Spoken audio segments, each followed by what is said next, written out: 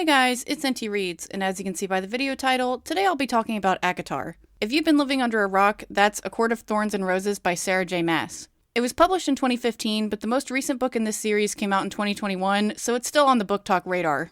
There's also apparently a Hulu TV show being made about it, which I don't know how to feel about. There were a few spoilers I knew about this book in the series as a whole before, as I've seen a few memes on TikTok. The reason I picked it up was to swat a fly. I mean, I'm not crazy. Why are there always flowers here? But I largely went into this blind. All I really knew was this was Beauty and the Beast remade with fairies, and the book has a reputation for essentially being porn, and that's kind of all I knew about it. There was a few other spoilery things, but we'll reveal them as they come along. Oh, I guess it's time for some content warnings now. This book isn't actually as spicy as I thought it'd be given its reputation, but go ahead and pause now to read the warnings on the screen if you have any content sensitivities. I'll see you in the next video if you need to click away now. I think it goes without saying, but I'll say it anyway. It's pretty clear from the title and everything that I don't like ACOTAR, but that doesn't mean you're not allowed to. Personally, I think anyone who orders pineapple on pizza is an absolute heathen, but I'm not going to slap the slice out of their hand just because I don't like it. Anyway, we have a lot to talk about, so let's jump right in. The novel opens up with our protagonist, Feyre, which I'm just now saying out loud for the first time, and it's surprisingly difficult. Her name is Feyre. She's hunting in a snowy forest, and she's being extra cautious because it's not only wolves she has to worry about. Anything but fairies, the hunters had beseeched our long-forgotten gods, and I had secretly prayed alongside them. In the 8 years we've been living in our village, 2 days' journey from the immortal border of Prythian, we'd been spared an attack, though traveling peddlers sometimes brought stories of distant border towns left in splinters and bones and ashes. These accounts, once rare enough to be dismissed by the village elders as hearsay, had in recent months become commonplace whisperings on every market day. We're jumping right into this fairy shit. This is first page. Prythian is the fairy realm, and it's evidently a super dangerous place. Feyre lives in the mortal lands, and come to think of it, I don't think her country even has a name. There's not a ton of world building around anything that doesn't involve the Fae, which is a little annoying. Feyre continues her desperate hunt despite the potential danger because she and her family are starving. She's at the point she can count her own ribs, which obviously isn't great. She dreams about the days when there's enough food to go around and she can focus her efforts on painting instead. That's sort of her hobby. Buckle up, there's a lot of talk about painting. It's sort of the only thing Feyre is interested in other than catching fairy dick, but we'll get into that later. Anyway, Feyre also thinks about the boring human dick she gets on occasion. Stolen hours in a decrepit barn with Isaac Hale didn't count. Those times were hungry and empty and sometimes cruel, but never lovely. Sometimes cruel? What kind of 50 Shades of Grey shit are they doing in that barn? Isaac really isn't all that important of a character, but I wanted to mention him because his name seems weirdly out of place. The majority of the other names, human or fae, have more of a fantasy vibe to them, and Isaac Hale sticks out like a sore thumb. It sort of contributes to the poor world building overall. Feyre's long-winded info-dumping internal dialogue is interrupted when a wolf shows up. But worse than his size was his unnatural stealth. Even as he inched closer to the brush, he remained unheard, unspotted by the doe. No animal that massive could be so quiet, but if he was no ordinary animal, if he was of Prythian origin, if he was somehow a fairy, then being eaten was the least of my concerns. If he was a fairy, I should already be running. If it isn't already clear, the Fae don't always look human. Some have more human-like forms and can shapeshift into animals. Some look like a mixture of animals. Some look like plants. The list goes on. I glanced from the doe to the wolf and back again. At least he was alone. At least I'd been spared that much. But if the wolf scared the doe off, I was left with nothing but a starving, oversized wolf, possibly a fairy, looking for the next best meal. And if he killed her, destroying precious amounts of hide and fat, being the expert hunter she is, Feyre, considers taking a shot at the wolf even if it is a fairy because hunger has made her desperate. I mostly pulled this passage so you can get a glimpse of the unbearable writing style. The prose is so full of em-dashes and ellipses that it reads like one long meandering rant from Feyre, and it is exhausting to read. The wolf kills the deer, then Feyre takes a shot at the wolf, hitting it once in its side. It turns to look at her and she shoots it again right through its eye. She uses her only ash wood arrow that has an iron head because she's heard that both of those things are super effective against fairies, and apparently the rumors are true because the wolf just keels over and dies immediately, which is sort of anticlimactic. Feyre decides to skin the wolf and leave the meat behind in favor of taking the doe with her. If anything, it warmed my hands. I wrapped the bloody side of his pelt around the doe's death wound before I hoisted her across my shoulders. It was several miles back to our cottage, and I didn't need a trail of blood leading every animal with fangs and claws straight to me. Good lord, is Feyre the Hulk? Does are an average of 80 to 120 pounds according to Google, and Feyre is literally skin and bones from starving to death, yet somehow she manages to yeet that thing over her shoulders and carry it miles through uneven, snowy terrain? I'm not buying it. Eventually Feyre does make it home with her haul. As I trudged up the path, each step funneled only by near-dizzying hunger, my sister's voices fluttered out to meet me. I didn't need to discern their words to know they most likely were chattering about some young man or the ribbons they spotted in the village when they should have been chopping wood, but I smiled a bit nonetheless. Good thing Feyre isn't like the other girls or her family would have starved to death a long time ago. Feyre! Elaine's soft gasp scraped past my ears, and I blinked back the brightness of the fire to find my second eldest sister before me. Though she was bundled in a threadbare blanket, her gold-brown hair, the hair all three of us had, was coiled perfectly about her head. 8 years of poverty hadn't stripped her from the desire to look lovely. Elaine might be broke, but that doesn't keep her from serving looks. Elaine is another name that doesn't really fit in with the rest, though. The third sister's name is Nesta, which has the same fantasy vibe as Feyre, even though I think all the names are stupid, but whatever, they at least match other than Elaine. Nesta isn't as happy to see Feyre as Elaine is. Where did you get that? The undercurrent of hunger honed her words into a sharpness that became too common in recent weeks. No mention of the blood on me. I'd long since given up hope of them actually noticing whether I came back from the woods every evening, at least until they got hungry again. But then again, my mother hadn't made them swear anything when they stood beside her deathbed. Here we go again with the woe is Feyre whining that litters every other page. Her family's treatment of her, especially from Nesta, is so comically bad that it's like the evil stepfamily from Cinderella. It's at odds with the badass Katniss Hunter vibes that Feyre is supposed to have. Like, she's the baddest bitch around, but she also gets walked over constantly and bullied by her family? Like, okay. Her brown eyes, my father's eyes, remained pinned to the dough. Will it take you long to clean it? Me, not her, not the others. I'd never once seen their hands sticky with blood and fur. I'd only learned to prepare and harvest my kills thanks to the instruction of others. Okay. So maybe instead of bitching about them not helping, you can teach them how to do it. Feyre literally just said she learned from being taught by someone, so does she expect her sisters to just magically learn how to gut and skin a deer on their own without her teaching them? Like, come on, Feyre. Elaine pushed her hand against her belly, probably as empty and aching as my own. It wasn't that Elaine was cruel. She wasn't like Nesta, who had been born with a sneer on her face. Elaine sometimes just didn't grasp things. It wasn't meanness that kept her from offering to help. It simply never occurred to her that she might be capable of getting her hands dirty. I'd never been able to decide whether she actually didn't understand that we were truly poor or if she just refused to accept it. It still hadn't stopped me from buying her seeds for the flower garden she tended in the milder months, whenever I could afford it. Okay. So if Elaine is super oblivious, that's even more proof that Feyre just needs to teach her how to help. I know it's irritating to carry the mental load of having to teach someone to do a task, but it's better than bitching about how you don't get any help. Apparently there's no help for Nesta, though. Evidently, she popped out of the womb as a heinous bitch. Feyre's dad finally speaks up and praises her for bringing home so much meat. From beside my father, Nesta snorted. Not surprising. Any bit of praise for anyone, me, Elaine, other villagers, usually resulted in her dismissal. And any word from our father usually resulted in her ridicule as well. Good lord, can we not? I get it, Nesta sucks. She doesn't have to make a rude and snarky remark to literally everything that Feyre says or does for me to understand that she's a bitch. I don't think it's realistic for someone who's currently starving to death to scoff at the family hunter bringing home a meal, especially if this family member is the only one who provides food. Oh, and Feyre's father can't hunt because he has a bad leg and walks with a cane. It's not explained until a little later, but it was crushed by debt collectors after he apparently made a bad financial deal. The family was quite wealthy before that, which is why Feyre's sisters are evidently useless at taking care of anything whatsoever. Oh, and Feyre's dad is just as useless. All he sits around and does is make little wood carvings that he doesn't even really try to sell. But at least Nesta didn't fill our heads with useless talk of regaining our wealth, like my father. No, she just spent whatever money I didn't hide from her, and rarely bothered to acknowledge my father's limping presence at all. Some days, I couldn't tell which of us was the most wretched and bitter. I get it already. Nesta sucks and spends all their money even though they're broke. Spoiler alert, apparently there's a book where Nesta gets a redemption arc, but ACOTAR went so hard with portraying her as such a piece of shit that I'm really not interested in reading it. We can eat half the meat this week, I said, shifting my gaze to the dough. The deer took up the entirety of the rickety table that served as our dining area, workspace, and kitchen. We can dry the other half, I went on, knowing that no matter how nicely I phrased it, I'd still do the bulk of it. And I'll go to the market tomorrow to see how much I can get for the hides, I finished, more to myself than to them. No one bothered to confirm they heard me anyway. Like, come on, is this really how a family who's so desperately hungry would treat the only person feeding them? Like, I get that they were snobby rich assholes at one point, but that was like 8 years ago. Surely they would have adjusted to their new lives enough to at least not treat Feyre like she's an utter piece of garbage. I'd love a new cloak, Elaine said at last with a sigh. At the same moment, Nesta rose and declared, I need a new pair of boots. I kept quiet, knowing better than to get in the middle of one of their arguments, but I glanced at Nesta's still shiny pair by the door. Beside hers, my two small boots were falling apart at the seams, held together only by fraying laces. Fucking seriously? This is ridiculous. Like, come on. I'm so over the Feyre pity party. Her family sucks. I get it. Can we move on? Feyre's father tries to show a little concern for her after he sees the wolf pelt, but Nesta immediately jumps in to ruin it.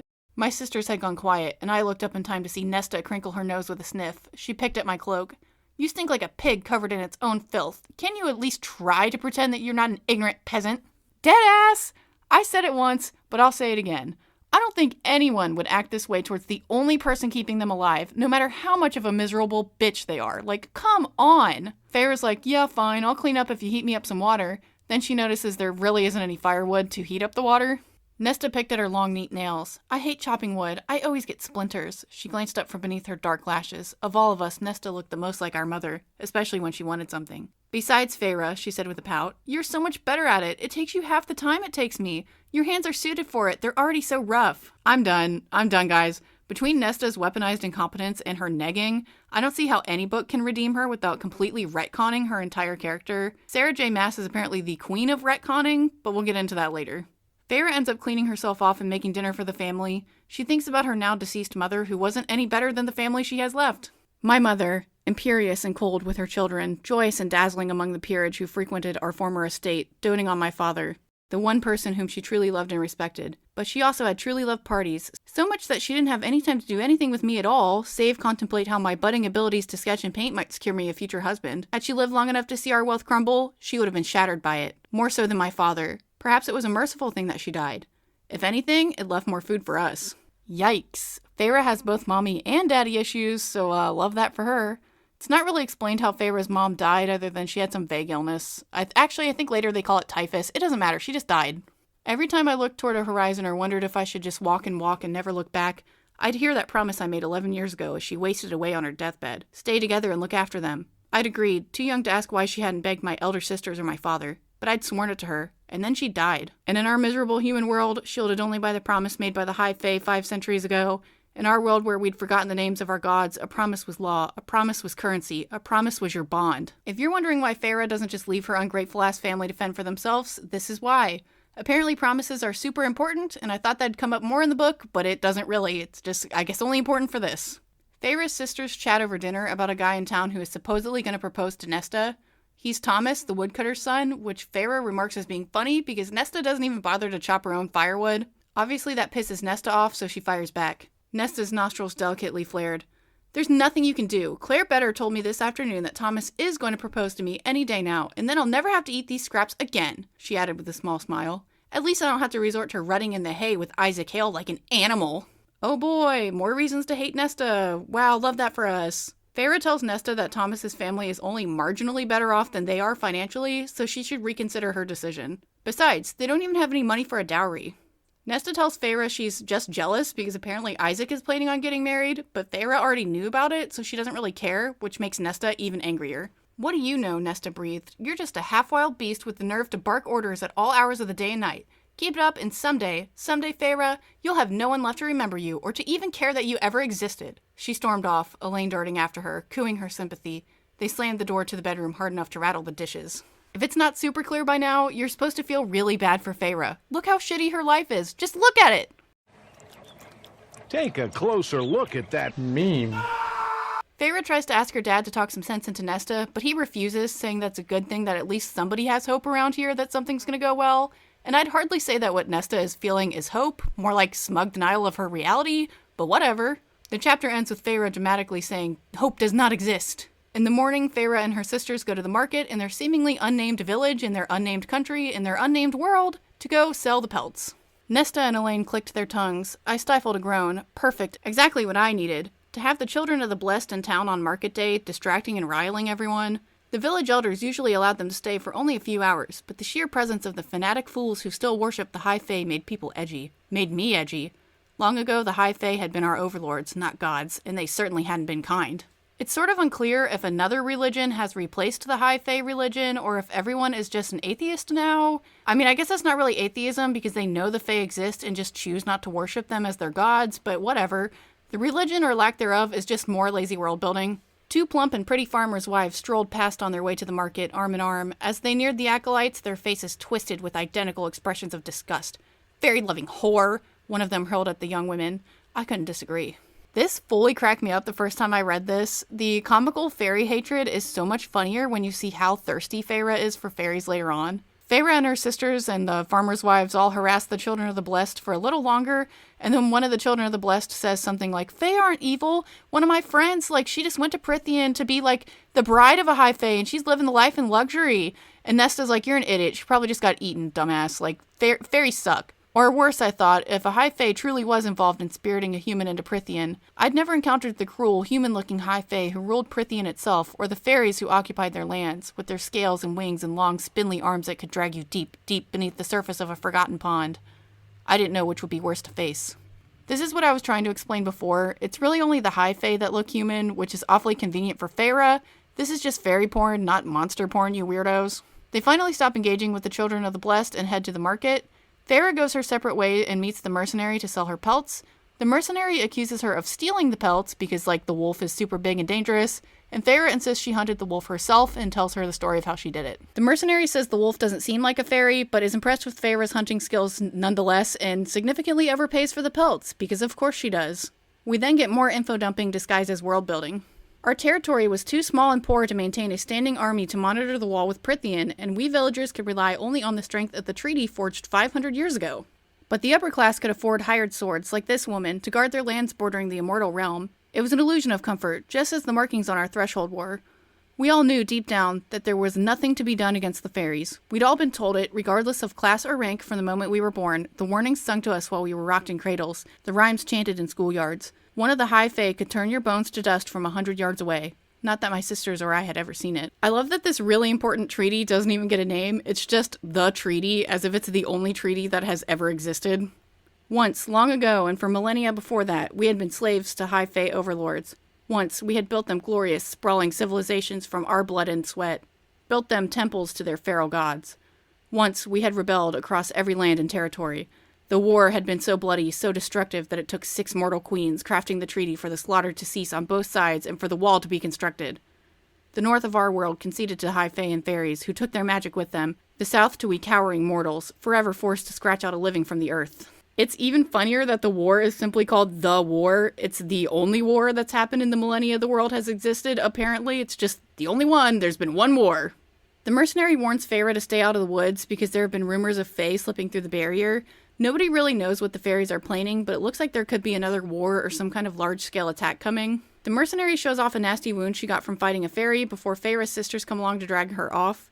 Nesta tells Feyre to stay away from mercenaries because they're dangerous. There's some throwaway line about Elaine and Nesta being robbed by one, and they didn't tell Feyre about it for some reason. And that plot point doesn't ever really get mentioned again or resolved or anything, so I guess that's what happened. I turned. Indeed, Isaac was watching from across the square, arms crossed as he leaned against a building.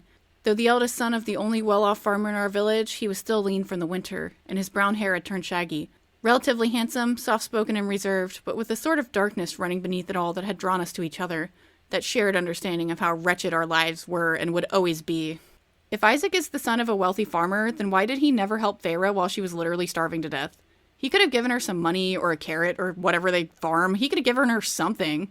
Apparently all he gave her was the D, which I guess that's all Feyre wanted. Stop it. Get some help. She explains that they weren't really a couple and they only sleep together as stress relief. Oh, and if Nesta couldn't be any nastier, she makes some kind of throwaway remark about oh, I hope you guys don't have babies. It's a bit late to pretend to care, I said, but we were careful. Since I couldn't afford it, Isaac himself took the contraceptive brew. He knew I wouldn't have touched him otherwise. I reached into my pocket, drawing out a 20-mark copper. Elaine sucked in a breath, and I didn't bother to look at either of my sisters as I pushed it into her palm and said, I'll see you at home. So he can afford to buy a contraceptive brew to fuck Feyre, but can't help her with the whole starving to death thing? Okay. Side note, I love that male birth control is a thing in this universe. I'm here for that at least. Feyre and her sisters go home and hardly have a moment of peace before some fairy creature comes barreling into their tiny little house. The beast had to be as large as a horse, and while his body was somewhat feline, his head was distinctly wolfish. I didn't know what to make of the curled, elk-like horns that protruded from his head, but lion or hound or elk, there was no doubting the damage his black, dagger-like claws and yellow fangs could inflict. The fairy starts screaming about them being murderers, and everyone is understandably terrified and shitting their pants. Oh, except Feyre. She throws a knife at the creature, who easily bats it away. He demands to know who killed the wolf out in the woods. A large wolf with a gray coat, he snarled in response. Would he know if I lied? Fairies couldn't lie, all mortals knew that. But could they smell the lies on human tongues? We had no chance of escaping this through fighting, but there might be other ways. Feyre admits to killing the wolf, who happens to have also been a fairy, despite what the mercenary said, and was this guy's friend. I don't know why the mercenary thought that the wolf wasn't a fairy when he clearly was. That's not really explained, but whatever. The fairy says that humans killing fairies is against the treaty, so he's here to punish whoever killed his friend. He says that he's here to kill Feyre, and through her terror, she requests that he at least kills her outside where her family can't see. The fairy huffed a vicious laugh. Willing to accept your fate so easily? When I just stared at him, he said, for having the nerve to request where I slaughter you, I'll let you in on a secret, human. Prythian must claim your life in some way, for the life you took from it. So as a representative of the immortal realm, I could either gut you like swine, or you can cross the wall and live out the remainder of your days in Prythian. So far, we've been told that Prythian and the fairies that inhabit it are super fucking dangerous, so it might as well be a death sentence, especially since Feyre can never see her family and friends ever again once she leaves. Well, that might not be all that bad, considering Feyre doesn't have any friends and her family inexplicably hates her, so maybe this is the fresh start she needs. Feyre kind of thinks the whole thing is some kind of trick, so she doesn't really know what to do. Feyre's father finally does something useful for once and begs for her life, but the fairy doesn't really care to listen. Finally, Feyre decides to take the deal because she's sure she can find some way out of it later on, and she can't do that if she's dead, so might as well try. She tells her family where to hunt and some other important things as her final words to them. Elaine and Nesta don't really have anything to say, but her father speaks up. Feyre, my father said. His fingers trembled as he grasped my gloved hands, but his eyes became clearer and bolder than I'd seen them in years. You were always too good for here, Feyre. Too good for us. Too good for everyone. He squeezed my hands. If you ever escape, ever convince them that you've paid the debt, don't return. I think this was supposed to be heartwarming, but it just made me laugh. The narrative has beat us over the head with how Feyre is so much better than everyone that it's really funny to have a character just outright announce it. Feyre doesn't really know what to say to that and heads off with the fairy to accept her punishment. The fairy puts her on a pretty white horse he has waiting as if he knew she'd take the deal. They trot off, and we get page after page of Feyre's rambling internal monologue about how scared she is and how she's going to figure out how to escape, and blah blah blah, and she just rambles constantly for pages on end, and it is so exhausting to read. As far as we knew, the High Fae still governed the northern parts of our world, from our enormous island over the narrow sea separating us from the massive continent, across depthless fjords and frozen wastelands and sand-blasted deserts, all the way to the great ocean on the other side. Some fairy territories were empires, some were overseen by kings and queens. Then there were places like Prythian, divided and ruled by 7 high lords, beings of such unyielding power that legend claimed they could level buildings, break apart armies, and butcher you before you could blink. I didn't doubt it. Notice how the island and continent also don't get names, they're just the island and the continent all throughout the book. Feyre doesn't know a lot about Prythian, but somehow knows how their government works with the High Lords, but says nothing about how her own government works in the immortal realms. I know most of the book takes place in Prythian, but it's just lazy writing to not develop the human world at all. Feyre tries to talk to the fairy, but he doesn't really seem interested in her. He puts her under a spell, and she wakes up 2 days later in Prythian. They're at a huge, luxurious manor that is covered in beautiful flowers despite it being winter in the human realm. Of course it would be magic, because it was spring here. What wretched power did they possess to make their lands so different from ours, to control the seasons and weather as if they owned them? Sweat trickled down my spine as my layers of clothes turned suffocating. I rotated my wrists and shifted in the saddle. Whatever bonds had held me were gone. Feyre really looked at a tulip and went, "What wretched magic is this?" The reason I picked it up was to swat a fly. I mean, I'm not crazy. Why are there always flowers here? The fairy brings Feyre. Wow, that's not going to get confusing at all throughout this video. Sorry, guys. The fairy brings Feyre into the manor, and all she can think about is how she's going to escape. She realizes the place is basically a palace fit for a king, and really has no idea what's going on or why she was brought here. The fairy leads her to the dining room instead of explaining anything. I lingered by the threshold, gazing at the food, all that hot, glorious food, that I couldn't eat. That was the first rule we were taught as children, usually in songs or chants. If misfortune forced you to keep company with a fairy, you never drank their wine, never ate their food, ever. Unless you wanted to wind up enslaved to them in mind and soul, unless you wanted to wind up dragged back to Prythian, well, the second part had already happened, but I might stand a chance at avoiding the first. Yeah, sure, but doesn't the treaty make it illegal for fairies to have human slaves? Feyre doesn't really have time to put 2 and 2 together and realize something strange is going on, because the fairy transforms from a beast into a hot guy. He was young, or at least what I could see of his face seemed young. His nose, cheeks, and brows were covered by an exquisite gold mask embedded with emeralds shaped like whorls of leaves. Some absurd high fae fashion, no doubt. It left only his eyes, looking the same as they had in his beast form. Strong jaw and mouth for me to see, and the latter tightened into a thin line. I know this is a Beauty and the Beast retelling, but I'm glad we didn't have to wait until the end of the book for him to transform back into a person. Like, I'm glad we're not stuck with, like, borderline monster porn for this whole book. Oh, this is the love interest if that isn't already incredibly obvious. We don't learn his name until later, but it's Tamlin. Tamlin insists that Feyre eats the food and laughs at the human rumor that it's dangerous. He tells her she's free to leave if she wants. As long as she stays in Prythian, he doesn't care what she does. If that sounds weird because he was just screaming about his friend being murdered, that's because it is weird, but we'll find out why later. Another fairy shows up, and Tamlin explains why Feyre is there. This fairy is also wearing a mask, and that mask is shaped like a fox. He has a big scar and a missing eye that's been replaced with some weird magic prosthetic eye. His good eye is russet colored, which is mentioned every time this character says or does anything. I guess Sarah J. Maas realized that this guy looking at everyone with his one brown eye might be taken the wrong way. It's clear from how everyone is acting that Tamlin is in charge, and Lucien, who is the other fairy who just showed up, and all the others at this manor serve him in some capacity. Feyre doesn't eat, so another servant named Alice comes to take her to her room so she can take a bath instead. Alice and all the other servants are also wearing masks, by the way. I'd barely made it a few steps before Lucien growled, "That's the hand the cauldron thought to deal us. She brought Andrus down. We never should have sent him out there. None of them should have been sent out there. It was a fool's mission." His growl was more bitter than threatening. Could he shapeshift as well? Maybe we should just take a stand. Maybe it's time to say enough. Dump that girl somewhere. Kill her. I don't care. She's nothing but a burden here. She'd sooner put a knife in your back than talk to you. Or any of us. I kept my breathing calm, my spine locking in. Well, that's vague and weird and just aggressive right off the bat.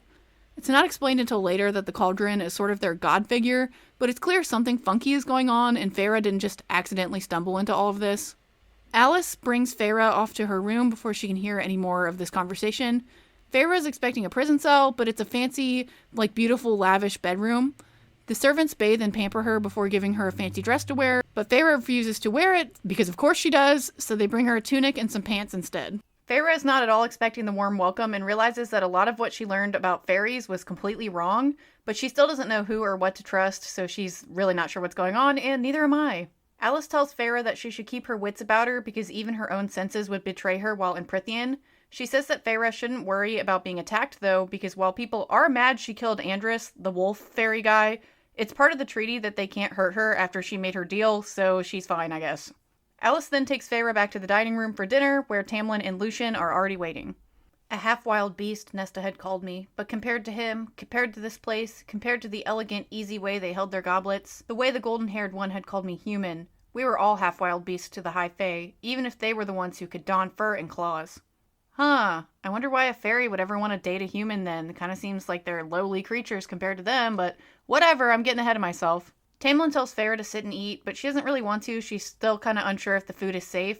So Lucien makes fun of Tamlin for having no game, saying that he'd gotten rusty with talking to women in recent decades. Actually, he uses the word females, which is gross, but whatever. Tamlin didn't look much older than me, but his kind was immortal. He could be hundreds of years old. Thousands. My mouth dried up as I carefully studied their strange, masked faces, unearthly, primal, and imperious, like immovable gods or feral courtiers. I didn't mention it before, but Feyre is 19. What would an immortal, incredibly powerful being want with a 19-year-old human? Shit's not adding up to me, guys. Eventually, Feyre agrees to sit down and eat, and Tamlin serves her up a big plate of food. They watched me, too closely to be casual. Tamlin straightened a bit and said, "You look better than before." Was that a compliment?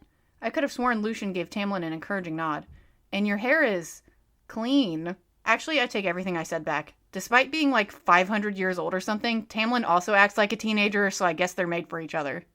Feyre asks if those two are High Fae, and they confirm that as if it wasn't abundantly obvious already. She asks what they want with her, and Tamlin repeats that he doesn't want anything. As long as she stays in Prythian, then the deal is still valid, and she can go do whatever she wants. Feyre begs to be let go because her family will starve without her, but Lucien doesn't really want to hear it. He tears into her for killing his friend, saying that it was cold-blooded murder because he didn't even put up a fight. By he, I mean Andrus, the wolf just stood there while Feyre shot arrows into it, and apparently that's murder. Never mind the fact that Feyre was just trying to feed her family as they were starving to death, but whatever. Tamlin assures Feyre that her family is alive and well cared for. He's not so evil that he'd take their only source of food, meaning Feyre, and not replace it. Again, if that sounds weird, that's because it is, but we'll get into that later. Feyre doesn't really believe any of what he's saying and asks why she should trust him. "Some would say it's unwise to insult a fae in his home," Tamlin ground out. "Some would say you should be grateful for me finding you before another one of my kind came to claim the debt, for sparing your life and then offering you the chance to live in comfort." I shot to my feet, wisdom be damned, and was about to kick back my chair when invisible hands clapped on my arms and shoved me back into the seat. "Do not do whatever it was you were contemplating," Tamlin said. Apparently having reasonable doubt over your kidnapper's intent is an insult to these fairies. Like, what the fuck? Of course Feyre does not trust him. Feyre tries to fight Tamlin, but he pins her to her seat with his magic, and he warns her that if she tries to go back to the human realm, then their deal is broken and her family won't be safe anymore. He demands again that she eats because there's nothing wrong with the food, and he, releases the magic holding her into the chair so she can, eat. Feyre remembers that fairies can't lie according to that rumor she heard, so she decides to risk eating the food. And it's the most delicious food she's ever had, obviously. It's fairy food, I guess it's extra special, so she scarfs it all down. Lucian asks if she'll stay for the wine, but she refuses. It's been a few decades since I last saw one of you, Lucian drawled, but you humans never change, so I don't think I'm wrong in asking why you find our company to be so unpleasant, when surely the men back home aren't much to look at. Excuse me, what? Is Lucian the dumbest fairy alive? Also, Lucian or Lucian? I'm gonna call him Lucian this whole time, even though I think it's Lucian. I'm just gonna say Lucian. I'm sorry, guys. Obviously, Feyre doesn't want to be around her kidnappers, and I doubt she'd be any friendlier if they were human instead of fae. And he's, doing this whole book talk thing of, it's not a crime if they're hot. I'm hot. It's okay if I kidnapped you. Ew, gross. For whatever reason, Feyre tells them about Isaac, but says she doesn't love him. Tamlin is weirdly super jealous and asks if there is anyone she loves. A laugh burst out of me, tinged with hysteria. No, I looked between them. Nonsense. These lethal, immortal beings really had nothing better to do than this? Is this really what you care to know about me? If I find you more handsome than human men, and if I have a man back home? Why bother to ask at all when I'll be stuck here for the rest of my life? A hot line of anger sliced through my senses. I also want to know why these fairies have nothing better to do. I pulled this passage because every time Feyre looks at a fairy, she feels the need to mention that they're either immortal or dangerous or both, which only serves to remind the reader that there's no reason that a fairy should ever want to be with a human. Tamlin says he's only asking because he wants to get to know more about Feyre, which is a weird excuse. She asks why he's being so generous instead of just killing her, and he sort of shrugs and says he's done enough killing, which is another weird excuse. Feyre awkwardly thanks him and then goes to bed. Feyre wakes up and spends many agonizing pages laying in bed thinking about everything we've just read before Alice the servant comes in. She runs into a trap that Feyre set at the door, she made a tripwire out of the curtains or something, and Alice is irritated by it because she says, you can't win against a fairy in a fight, you can't outrun us, so, what are you even doing? Feyre apologizes for ruining the curtains she used for her tripwire and sits down to eat the elaborate breakfast that another servant comes in and brings for her, because, she's just constantly eating. Meals are at the center of most of the scenes in this book, and, I get it, people eat, but just every scene is a meal, I feel like. Alice tells Feyre that she's safe as long as she stays at the estate, but Tamlin won't protect her if she leaves and encounters something else in Prythian, so she better stay there if she knows what's good for her, basically. Feyre spends a long time thinking about what her own face looks like for some reason before wandering aimlessly around the manor where we get pane upon painful page of Feyre's navel-gazing and musing. I swear this book could be 20% shorter if Feyre didn't think about things over and over, and she thinks about the same things all the time over and over, and it is exhausting. She comes across some fairy art, and it's apparently the best painting she's ever seen and makes human art look like children's scribbles, and so she spends a lot of time thinking about that too. Eventually Feyre runs into Tamlin, who doesn't seem all that excited to see her. Feyre gets kind of sassy and says that she thought that she was free to walk around as she pleased. His jaw tightened. Of course you're not under house arrest. Even as he bit out the words, I couldn't ignore the sheer male beauty of that strong jaw, the richness of his golden tanned skin. He was probably handsome if he ever took off that mask. He was probably handsome? Obviously he's handsome. Masquerade masks typically don't cover up someone's appearance all that much. Tamlin's attractiveness is brought up pretty much every time he's on the page, and that's basically his only character trait other than his temper. He's hot and he gets angry, that's it. Tamlin asks if Feyre wants a tour around the manor, and she says no. A half smile, not so pleasant, no doubt unused to being denied. Do you have some sort of problem with me? No, I said quietly, and I walked through the doors. He let out a low snarl. I'm not gonna kill you, Feyre. I don't break my promises. Yeah, she has a problem with you considering you fucking kidnapped her for really no good reason. Also, it's not all that effective to tell someone you won't kill them while snarling at them. That's kind of counterproductive. Come on.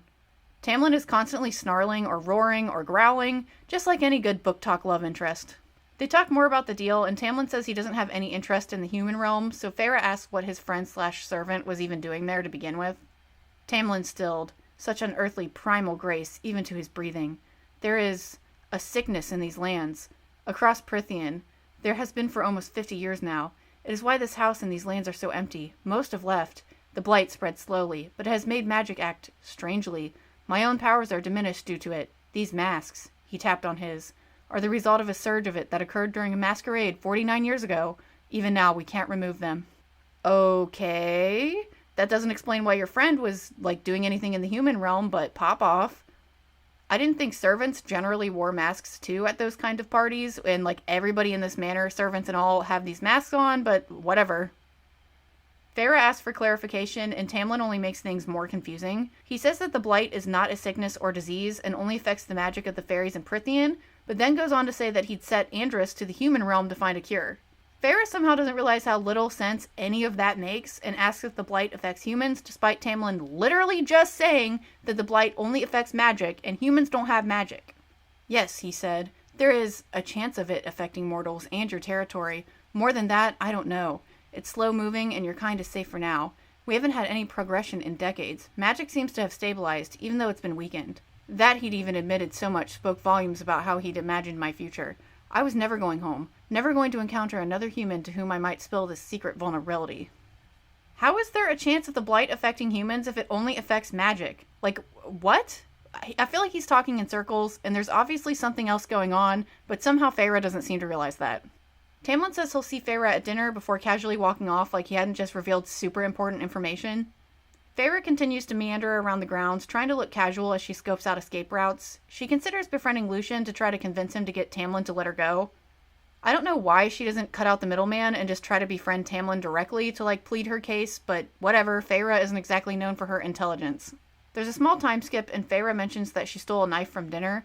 Apparently she only sees Lucian and Tamlin at dinner, like not at lunch or breakfast, so she probably should have stolen a weapon during those times and not dinner when they're around, but again, Farah's not known for her intelligence. Farah eats dinner with Tamlin and Lucian, and I guess this is a different dinner from when she stole the knife, or she stole it earlier, I don't know, it gets confusing. But we get more pages of her internal monologue summarizing all the shit we just read, which is exhausting, and Farah rambles on and on about how she hates fairies and she has to escape because they're so dangerous, but she also can't stop bringing up how fuckable they are, which is, like, not my thing at all. Sorry, guys. Like, I'm so not into this dangerous guy trope. Like, I'm not here for this. Farah tries to act docile and engage in polite conversation so that she'll be able to earn the Fae's trust. They sort of make fun of her for the silly rumors she believed about them, and Tamlin asks if her mother ever warned her about fairies. Like, hey, didn't your mother ever tell you anything about us? Farah reveals that her mother died of typhus when she was 8, then sort of storms off even though she didn't even like her mom. We skip to the next morning where Farah searches the gardens for Lucian so she can begin her plan of befriending him. Instead, she runs into Tamlin, who invites her for a ride around the grounds. Again, that effort to be accommodating, even when every word seemed to pain him. Maybe he could eventually be swayed by Lucian, and until then, how much could I get away with? If he was going to such lengths to make his people swear not to harm me, to shield me from the treaty, I smiled blandly and said, I'd prefer to spend today alone, I think, but thank you for the offer. Oh my god, girl! Tamlin is practically throwing himself at her, and she's still sticking with her random plan to befriend Lucian, who fucking hates her, by the way. I don't know if I've made that clear or not, but he's always throwing sly remarks her way about how she's a stupid human and how she killed his friend, and, like, why would she go for him? He doesn't want anything to do with her. Not to be deterred, Tamlin shoots his shot again. He tensed. What about... No thank you, I interrupted, marveling a bit at my own audacity, but I had to catch Lucian alone, had to feel him out. He might already be gone. Girl, I'm marveling at a whole lot more than just your audacity. Eventually, Tamlin gets the point that Farah isn't interested and leaves. She goes to the stables where she finds Lucian, who invites her to go hunting with him. He straight up says he wants to see the skills of the person who killed his friend, so I really think Farah is wasting her time on him. They head out into the woods and do more talking than hunting as Farah tries to get information from Lucian, who once again throws his friend's death right in her face. I swallowed hard. Andrus had a place here, and friends here. He hadn't been just some nameless, faceless fairy. No doubt he was more missed than I was. I'm sorry, I said, and meant it. I didn't know what he meant to you all. No doubt he was missed more than I was? Good grief, Farah. Way to make everything about yourself. Like, you're talking about someone you evidently murdered, and all you can do is make it about yourself. Like, come on. Also, to be fair, I don't blame her for killing Andrus. Like, she thought it was a wolf. I don't view this as murder, but now she kind of clearly does, and everybody else seems to think that way, and it's just dumb. Lucian makes fun of her a little more for being a pathetic human before dropping this on her. So, he said, when are you going to start trying to persuade me to beseech Tamlin to find a way to free you from the treaty's rules? I tried not to jolt. What? Did Farah seriously believe she was being subtle? She should have pretended to hate the fairies for like at least a week or two before trying to talk to them. Her sudden shift into politeness after only a day or two was obviously suspicious. Like, it takes longer to gain that trust. Lucian tells her that if he had his way, she'd be gone already, and there are no loopholes in the treaty, so she's just gonna have to get over it and stop trying. She stammers that there must be something. I admire your balls, Feyre. I really do. Or maybe it's stupidity, but since Tam won't gut you, which was my first choice, you're stuck here. Unless you want to rough it on your own in Prythian, which, he looked me up and down, I'd advise against. Don't be fucking rude. Telling a woman you admire her balls is a choice. This modern sort of slang or phrase or whatever you'd call it really threw me out of the moment. Like, telling someone that you admire their balls doesn't seem like something a fairy in a fantasy world would do, like, especially since the fairies have been described as so, like, elegant and put together. Like, I don't think they're gonna be saying vulgar things like, I admire your balls. Like, ew. Feyre asks about the blight that's affecting Tamlin's court, and Lucian seems surprised Feyre even knows about the court, like as if it isn't super obvious that they're at this big fancy mansion with servants and that Tamlin isn't some super important guy. What happened to the magic to make it act that way? Lucian let out a harsh laugh. Something was sent from the shitholes of hell, he said, then glanced around and swore. I shouldn't have said that. If word got back to her, who? The color had leached from his sun-kissed skin. He dragged a hand through his hair. Never mind. The less you know, the better. Tam might not find it troublesome to tell you about the blight, but I wouldn't put it past a human to sell that information to the highest bidder. Wait. Hell exists in this world? He says the shitholes of hell, and hell is capitalized capital H. So they believe in hell, and if they believe in hell, then do they also believe in heaven? Is that the fairy afterlife is heaven? Because that's what the opposite of hell is, right? I'm no Christian, I'm not a religious person, so I don't know if I'm reading this situation wrong, but it seems like a really Christian viewpoint to have, like, a thought that hell exists. And there's also this sort of pagan fairy thing going on, so, like, I really don't understand the religion in this world at all. Oh, and apparently I'm supposed to care about this vague her that Lucian mentions, but I'm too busy thinking about how the religion in this book makes no sense, and it makes even less sense than I thought before, so I don't even care about that. Feyre asks Lucian if he can also shapeshift, and he says he can't, and Andros couldn't either. He says that Tamlin can shapeshift members of his court, so he, like, turned Andros into a wolf for reasons. And that's something that never really happens again in this book, so don't worry about it. Like, I don't think there's a single other incident of Tamlin using his shapeshifting powers on another person. Like, I don't think it ever happens again. Anyway, Lucian went on, the High Fae don't have specific powers the way the lesser fairies do. I don't have a natural-born affinity, if that's what you're asking. I don't clean everything in sight or lure mortals to a watery death or grant you answers to whatever questions you might have if you trap me. We just exist to rule. What? Bro, what are you talking about, man? That's the dumbest fucking thing I've ever heard. They exist to rule? What does that even mean? Some of the High Fae, like Lucian, don't even seem to have magic at all. Like, he does, like, it's revealed later on he kind of does, but, like, I don't understand his powers at all. Like, I know the blight is affecting them or whatever, but Tamlin can still do a pretty decent amount of magic, including, like, he can still do his shapeshifting. So I'm very confused as to the power level between the various fairies. I need a tier list of, like, who can beat who in a fight, because I have no concept of how well Lucian would do in a fight against Tamlin. Like, I just don't know. Feyre asks Lucian why he lost his eye, and he vaguely says he was punished for not keeping his mouth shut, but assures her that Tamlin wasn't the one who did it, so okay then. Feyre glosses over Lucian's obvious trauma to ask something he mentioned earlier. She asks if it was true when he said there's a certain kind of fairy that must answer any question you ask if you capture it. According to the rumor that Feyre heard, the Fae can't lie, but they can simply choose not to answer questions, so that means Feyre's having a hard time getting any useful information from them because they're not really talking to her. Lucian confirms that there is a fairy like that. It's called a Suriel. I'm sorry, I did not look up this word before filming. Suriel? Before he can say much more, they are confronted by a dark, foreboding presence. Lucian tells Feyre not to react and to calmly stare ahead, and that she absolutely must not look at this, like, creature that's just shown up. They walk tensely through the woods, and whatever fairy that just showed up tries to threaten them into looking at it. It keeps saying vague, evil shit like, I'm gonna grind up your bones, or I'll eat your soul, or you're only a quarter of the way through this awful fairy porn book. The two manage to escape this fairy creature or whatever it is, and Feyre asks if that was the Suriel, as if it wasn't super fucking obvious that it wasn't. Lucian's russet eye was dark as he answered hoarsely, No, it was a creature that should not be in these lands. We call it the boggy. Sorry, another word I didn't look up. Bogey? Boggy? You cannot hunt it and you cannot kill it, even with your beloved ash arrows. Why can't I look at it? Because when you look at it, when you acknowledge it, that's when it becomes real. That's when it can kill you. What is this, Bird Box? What the fuck? Oh my god, what the fuck is that? What is what? fuck is what? Yeah, what the fuck is what? What are you looking at? What did you see? What to me? Okay then. Lucian hypes up the bogey, boggy, whatever, as if it's something the reader actually needs to worry about, which, spoiler alert, it is not. Eventually they make it back to the manor, and Feyre asks Lucian if he fought in the war, the only war, the war, to which he laughs and says he isn't that old. They have a little more banter before going their separate ways. We're back to yet another dinner scene, and Tamlin's acting moodier than usual because he's jealous Feyre spent the day with Lucian. His jealousy is not at all subtle, and it's massively giving me the ick. Lucian reveals the supposedly awful news that they ran into the bogey, boggy, whatever in the forest. Metal groaned as Tamlin's claws punched out, obliterating the fork. He rose to his feet with a powerful, brutal movement. I tried not to tremble at the contained fury, at how his canines seemed to lengthen as he said, "Where in the forest?" What? Did his fingers turn into claws, or did they pop out of his knuckles like Wolverine? How sharp were his claws that they instantly cut through metal? Oh, and how does someone stand brutally? Did he kick the chair? Tamlin is frequently described as lethal or brutal, and like everything he does is lethal and brutal, and it's just gross. I'm really not into the whole, he's got good dick but he might kill you genre of man. Like, I'm not here for it. I like the cinnamon roll boys. Like, give me a nice boy. Tamlin then immediately leaves dinner and storms out to hunt the bogey, boggy, whatever. Feyre is confused because Lucian literally just said that the boggy, bogey, whatever can't be killed, but he says Tamlin is powerful enough to do it, so I guess that's cool. Whatever, go kill it then.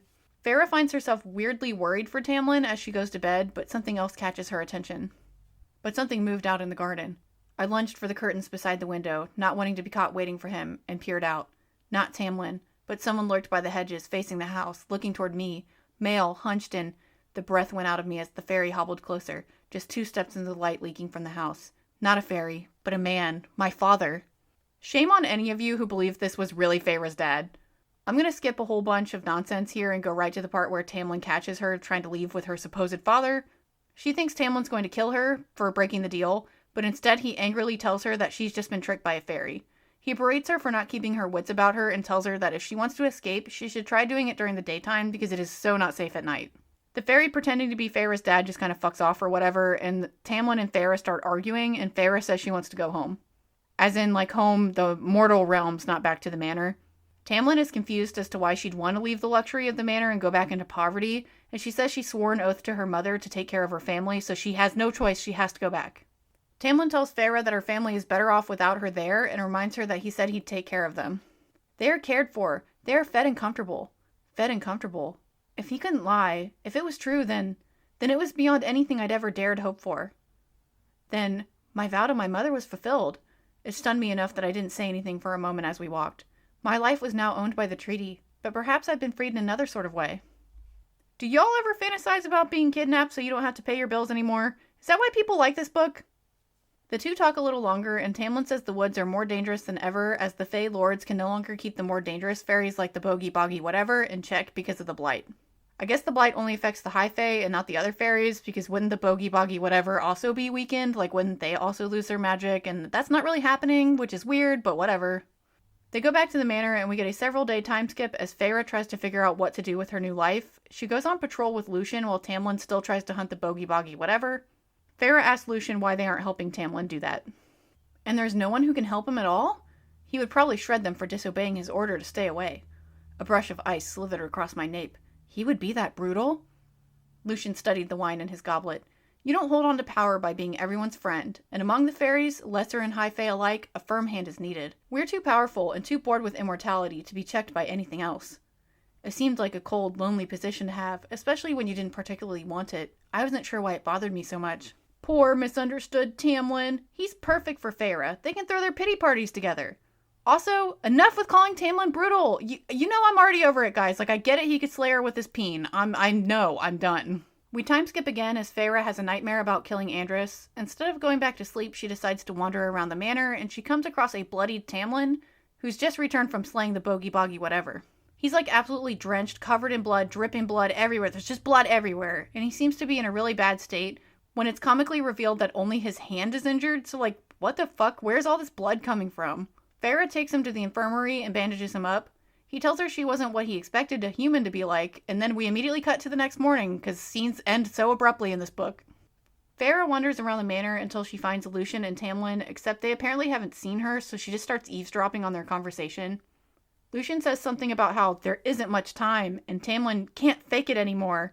Tamlin replies vaguely that it's all a mistake, and Lucian accuses him of sealing their fates. Feyre doesn't think too deeply about any of the concerning things they just said to each other and just chalks it all up to the blight. Lucian storms out and runs straight into Feyre, and she stupidly asks him if they're going to go on another patrol, to which he tells her no and that she should just hang out with Tamlin. So I guess that's what they're going to do, because she just listens to Lucian and goes with Tamlin, and they just go off together.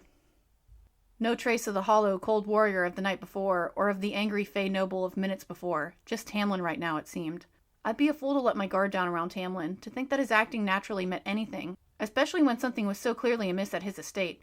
He'd taken down the bogey-boggy whatever, and that made him the most dangerous creature I'd ever encountered. I didn't know quite what to make of him, and said somewhat stiltedly, "How's your hand?" To say something is clearly amiss at the estate is the biggest understatement of the century, and don't even get me started with this most dangerous creature bullshit again. Like, I'm over it. But he shook his head, and his golden hair caught and held the morning light as if it were spun from the sun itself. The bogey-boggy's whatever bite was crafted to slow the healing of High Fae long enough to kill us. You have my gratitude. When I shrugged it off, he added, "How did you learn to bind wounds like this? I can still use the hand, even with the wrappings." These fairies have been alive for hundreds of fucking years and haven't mastered first aid yet? What the fuck? Like, I get that they have healing magic and maybe that's why they don't know how to wrap wounds because they just heal it with their magic. But come on, like, I guess we gotta add Genius Medic to Feyre's list of talents. She tells Tamlin she's so good at wrapping wounds because she still had to hunt even if she's injured, because remember, poor Feyre. He was quiet as we turned down another sun-drenched marble hallway, and I dared to look at him. I found him carefully studying me, his lips in a thin line. "Has anyone ever taken care of you?" he asked quietly. "No." I'd long since stopped feeling sorry for myself about it. Oh my god, no you haven't! That is straight up cap! The only person who throws a better pity party than Feyre is Tamlin, and like, come on! The two talk some more, and Tamlin tells Feyre he knows that she stole the knife at dinner. She's weirdly surprised by that, as if she wasn't acutely aware of all of Tamlin's amazing abilities.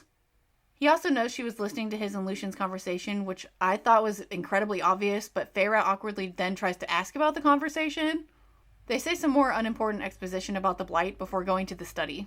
Oh, I don't think I mentioned it before, but Feyre told Tamlin she wanted to write her family a letter, which is why he brought her to the study. He leaves her there, and she awkwardly sort of stands around because she's illiterate, like literally illiterate, cannot read or write.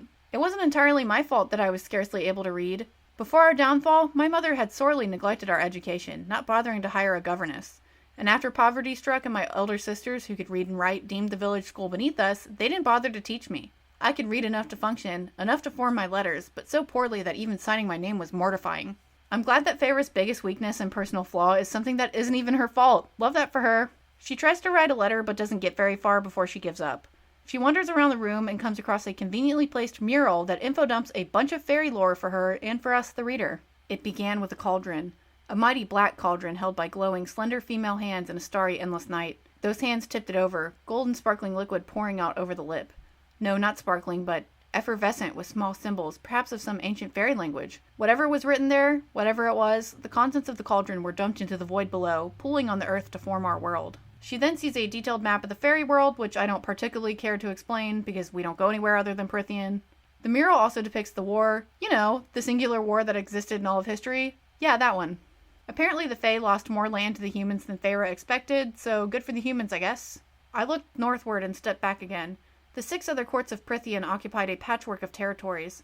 Autumn, summer, and winter were easy enough to pick out.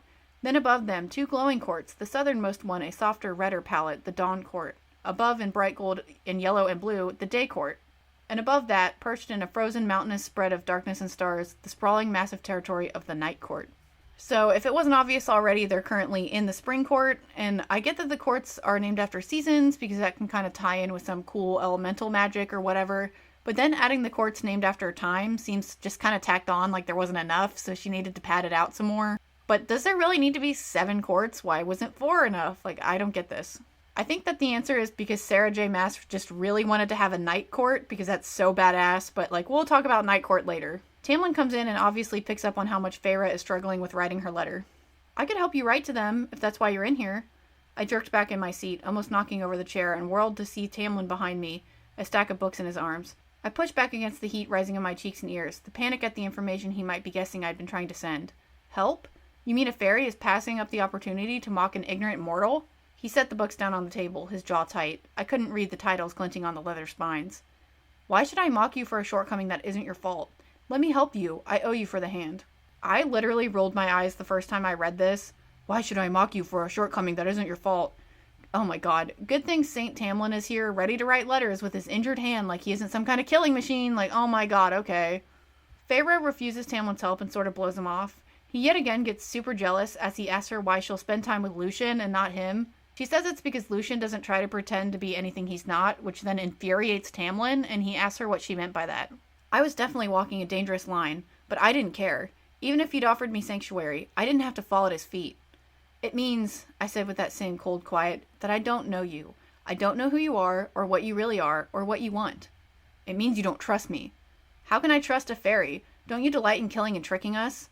His snarl set the flames of the candles guttering. You aren't what I had in mind for a human, believe me. Tamlin, buddy, I've already told you that snarling while you're trying to get on someone's good side is counterproductive. Feyre storms off and then broods over their argument. Shortcoming, another one of my shortcomings.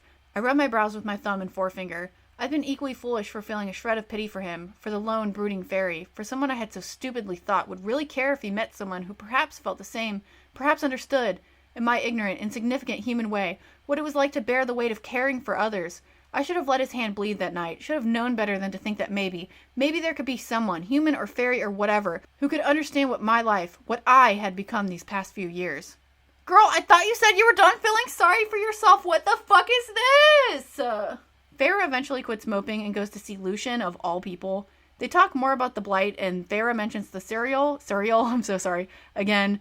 Lucien not so subtly tells her exactly where they are and how to catch one. He even says he'll conveniently be hunting on the grounds nearby, and with his superior hearing, he'd theoretically hear if a human screamed for help if this cereal whatever fairy was theoretically beating their ass.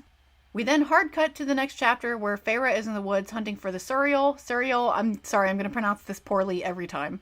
The action of what is supposed to be like this tense hunting scene is just totally bogged down by Feyre's internal monologue again as she thinks about 100 other things than hunting this fairy. Did Tamlin or Lucien ever grow tired of day after day of eternal spring, or ever venture into the other territories, if only to experience a different season? I wouldn't have minded endless, mild spring while looking after my family. Winter brought us dangerously close to death every year, but if I were immortal, I might want a little variation to pass the time.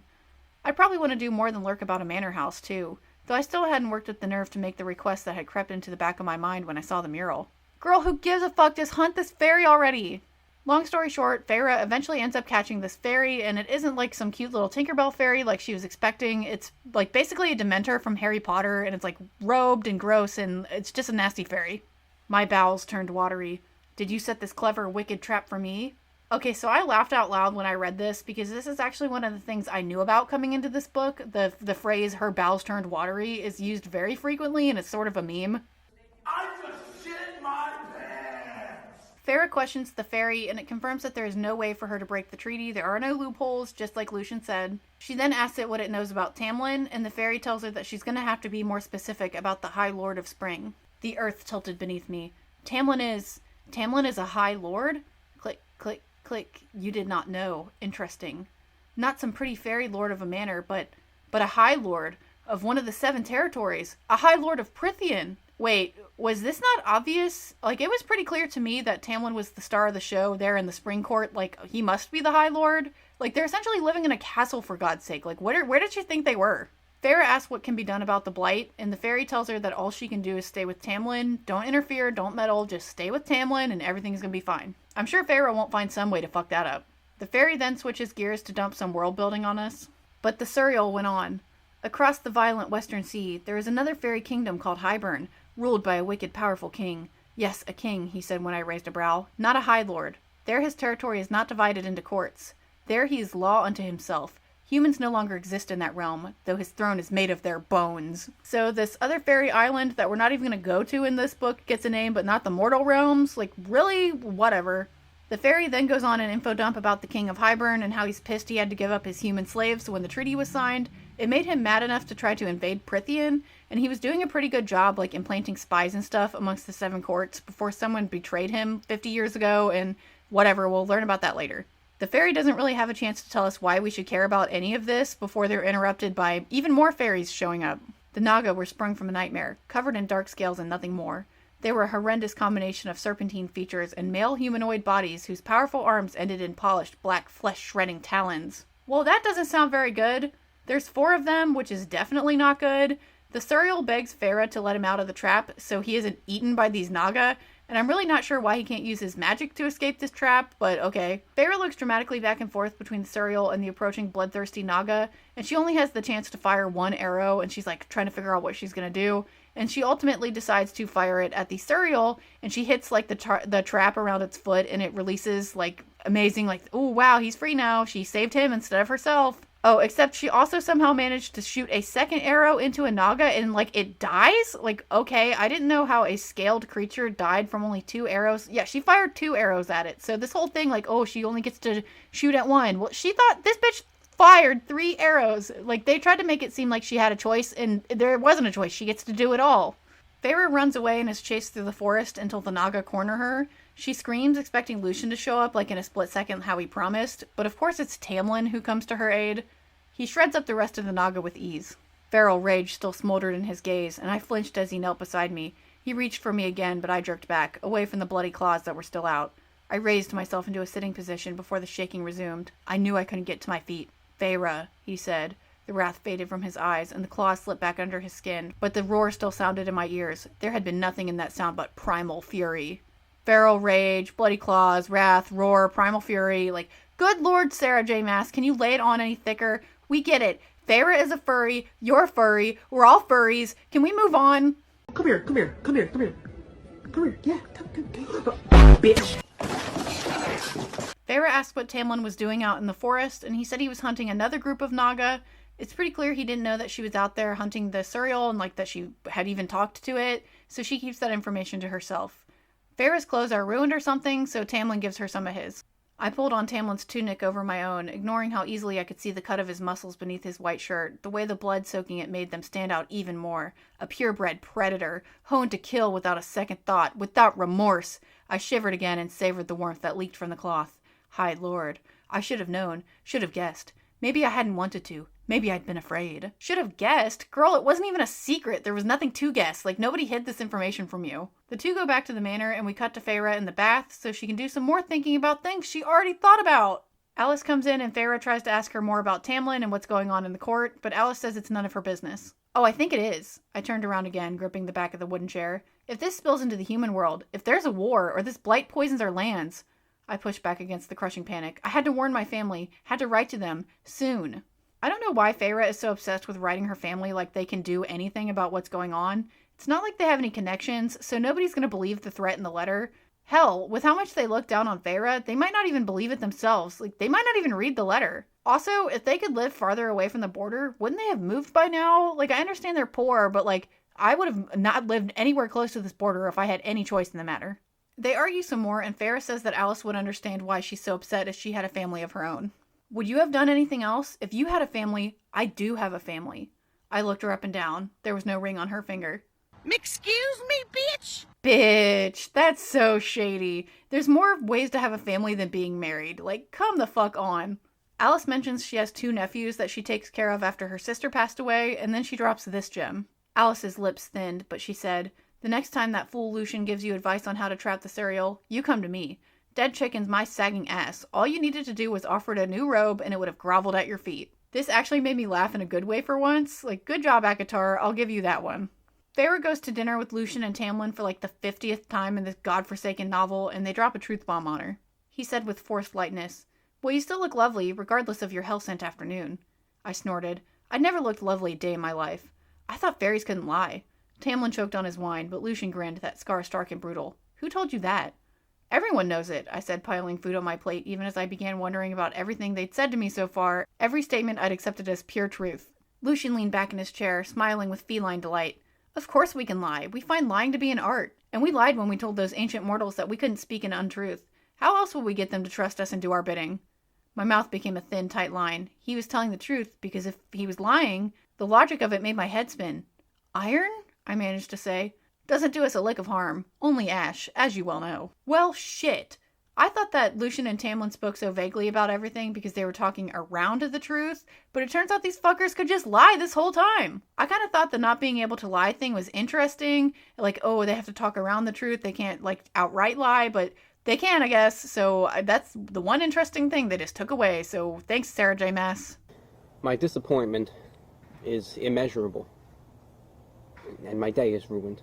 Oh, and I didn't really talk about it before, but humans make a big deal of wearing iron bracelets to protect themselves. Like, her sisters, Isaac, everybody around town's been wearing iron. And so that's another big slap in the face to Feyre to find out that, like, it doesn't matter at all. It doesn't hurt them.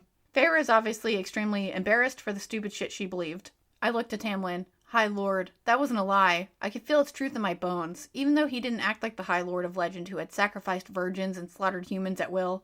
No, Tamlin was exactly as those fanatic, calf-eyed children of the blessed had depicted the bounties and comforts of Prythian. Damn, apparently those fairy-loving whores know good dick when they see it. She should have listened to them earlier.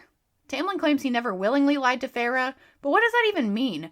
Willingly lie? Did he somehow lie against his will? And also, this is not true. He has blatantly lied to her on multiple occasions, so I don't even know what this means. Anyway, Feyre admits that she was out in the woods hunting the Suriel for some reason when she could have just kept her mouth shut. His mouth tightened. I'd start shouting, but I think today was punishment enough. He shook his head. You actually snared the Suriel, a human girl. Despite myself, despite the afternoon, my lips twitched upward. Is it supposed to be hard? That's straight up stolen from Legally Blonde. Tell me I'm wrong. I'm not wrong. I'm right. You actually snared the Suriel. What, like it's hard? Tamlin then does the most embarrassing thing alive and pulls out a crumpled up piece of paper. It's a list of words Feyre tried writing while she was trying to teach herself how to read so she could write that letter to her family. I kind of glossed over that, but it's just like a paper of scrap words. The list of malformed words was still clutched in his hand. I wonder if your family realizes it, he murmured, that everything you've done wasn't about that promise to your mother, or for your sake, but for theirs. I said nothing, not trusting my voice to keep my shame hidden. I know that when I said it earlier, it didn't come out well, but I could help you write. Oh, Feyre, you were just the kindest, sweetest person ever. You didn't keep your family alive because you made a promise to your dead mother. You did it because you're just so nice. Ugh, sorry about that. Oh, wait, sorry. The self-insert masturbation session isn't over yet. Clearly not, he said with a half smile, but the smile faded. A human who can take down a fairy in a wolf's skin, who ensnared the Suriel and killed 2 Naga on her own. He choked on a laugh and shook his head. The firelight danced along his mask. They're fools. Fools for not seeing it. He winced, but his eyes held no mischief. Here, he said, extending the list of words. I shoved it into my pocket. I turned, but he gently grabbed my arm. You gave up so much for them. He lifted his other hand as if to brush my cheek. I braced myself for the touch, but he lowered it before making contact. Do you even know how to laugh? I fucking can't, dude. This is so over the top to me. Like, I get it. Feyre's the bestest. She was treated like shit. She didn't deserve that. Like, I get it. Oh, wait. Tamlin is even better than Feyre. He starts info-dumping about the war and says that the humans only turned the tides against the Fae because there were fairies who fought on their side, and he was one of them, of course. Were you one of them? I was a child at the time, too young to understand what was happening, or even to be told. He said, a child, which meant he had to be over... But had I been old enough, I would have. Against slavery, against tyranny, I would gladly go to my death, no matter whose freedom I was defending. I wasn't sure if I would do the same. My priority would be to protect my family, and I would have picked whatever side could keep them safest. I hadn't thought of it as a weakness until now. Let me remind you that the war happened 500 years ago, which means Tamlin is old as fuck. Oh, and Feyre's still over here simping for the family who wouldn't spit on her if she was on fire. We get it, Feyre. You'd become a Nazi if it meant keeping your family safe. Move on already. As if Tamlin wasn't already the best because he's against slavery, he says he enchanted Feyre's family's memories. Sorry, that's kind of confusing. He, put a glamour on them or whatever. He changed their memories so that they think Feyre is living peacefully with a long-forgotten relative instead of having been kidnapped against her will by a fairy. Wait a minute. Kidnapped against her will? Isn't that kind of slavery? Isn't Tamlin kind of theoretically against that kind of thing? Tamlin then says he even programmed into their memories that they should run from the border if any funky fairy shit happens. Fairy arrogance, but he had done more than I could. My family might have ignored my letter entirely. Had I known he possessed those abilities, I might have even asked the High Lord to glamour their memories if he hadn't done it himself. Dude, that's what I was trying to tell you earlier. What made you believe they'd even read your letter, let alone believe anything it said? Feyre's like, oh shit, dude, I guess I really don't need to try to escape or anything, because my family already knows what I was trying to tell them, so I don't need to tell them anything. I guess I'm good now. I truly had nothing to fret about, save for the fact that they'd probably forget me sooner than expected. I couldn't entirely blame them. My vow fulfilled, my task complete. What was left for me? The firelight danced on his mask, warming the gold, setting the emeralds glinting. Such color and variation. Colors I didn't know the names of. Colors I wanted to catalog and weave together. Colors I had no reason not to explore now. Paint, I said barely more than a breath. He cocked his head and I swallowed, squaring my shoulders. If it's not too much to ask, I'd like some paint and brushes. Fuck those bitches in the mortal realm. It's time to paint, motherfuckers! Man, fuck them bitches. Whatever bitches you thinking about when I said that, just know, fuck them bitches. They ain't shit.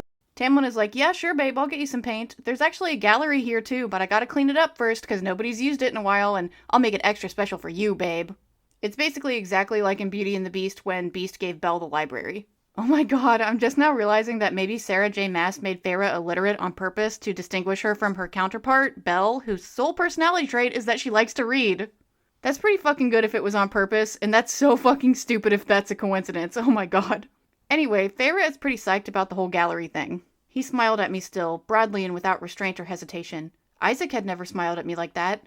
Isaac had never made my breath catch, just a little bit. The feeling was startling enough that I walked out, grasping the crumpled paper in my pocket as if doing so could somehow keep that answering smile from tugging on my lips.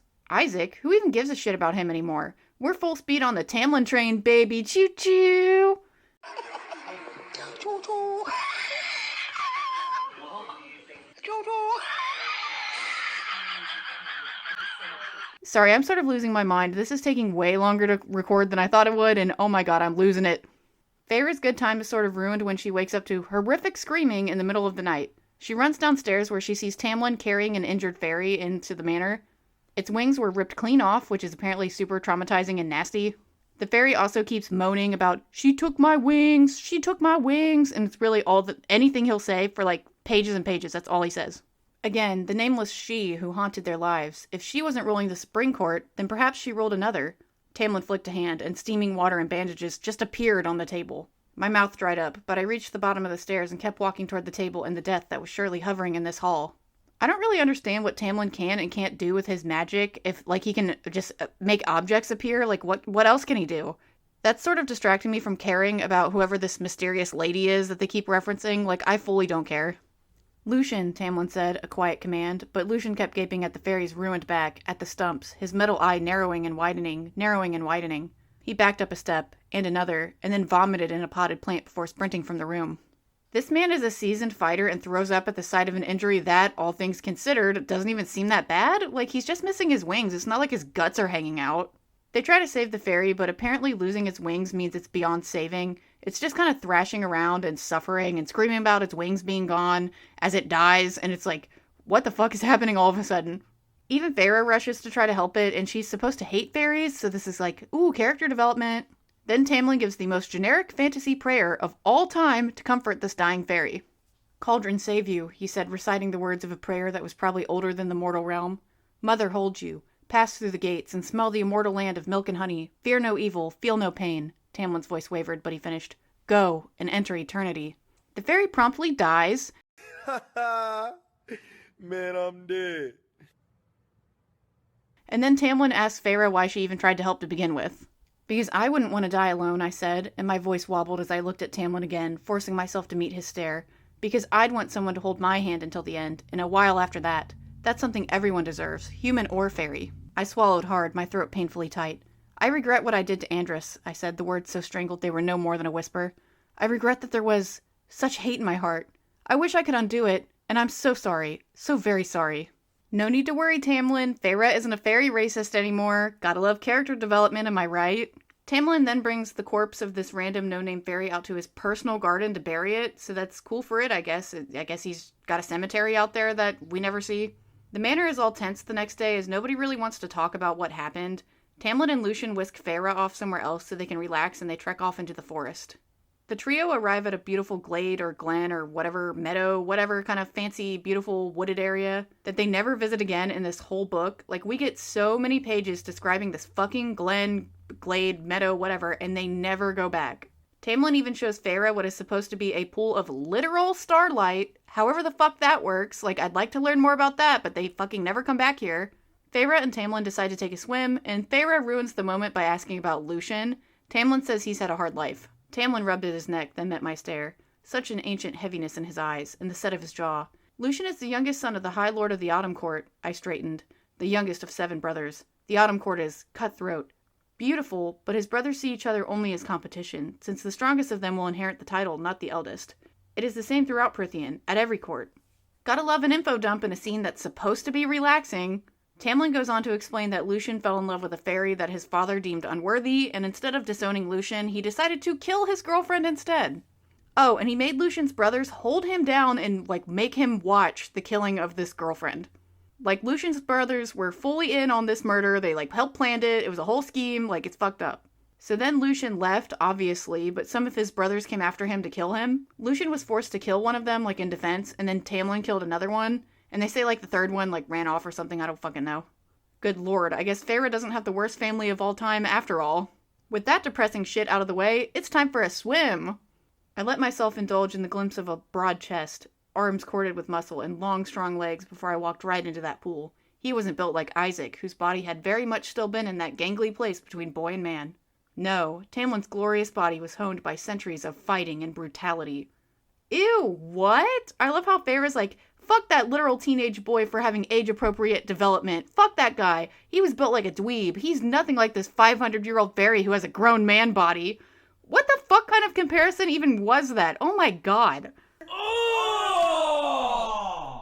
Ew! Dude! What the fuck? It's Feyre's turn to info dump now as she tells Tamlin about her history. At one point her family were powerful merchants, but her father made a bad business deal when some ship sank or something and they lost everything. We kind of already knew most of that already, but I'm glad we spent several more pages talking about it all again. Feyre and Tamlin finish up swimming and meet up with Lucian again, who promptly kisses Feyre's ass. Tam told me that your first shot was to save the cereal's life, not your own. It seemed like the right thing to do. The look he gave me was more contemplative than any he'd given me before. I know far too many high fae and lesser fairies who wouldn't have seen it that way, or bothered. He reached for something at his side and tossed it to me. I had to fight to stay in the saddle as I fumbled for it, a jeweled hunting knife. We get it. Feyre isn't a fairy racist anymore. She did the character development thing. Let's move on. Oh, but also Lucian is a total piece of shit because he fully admits that he heard Feyre scream for help when she was fighting the Naga or whatever, and he hesitated a moment when it came to saving her. He gave her a cool knife though, so I guess they're even now. Time skip to the next day when all of the painting supplies arrive and the gallery is ready for Feyre. It's full of the best art Feyre's ever seen, and I'd say it made her speechless, but she internally monologues about it for a long time. Tamlin is somehow surprised by her reaction, as he watches her enjoy the art. I never knew, Tamlin said from behind me, that humans were capable of... He trailed off as I turned, the hand I'd put on my throat sliding down to my chest, where my heart roared with a fierce sort of joy and grief and overwhelming humility. Humility before that magnificent art. Oh, that's that good shit! Never knew humans were capable of what? Enjoying art? Enjoying joy? Enjoying life? What? Isn't this the same man who opposed human slavery in the war?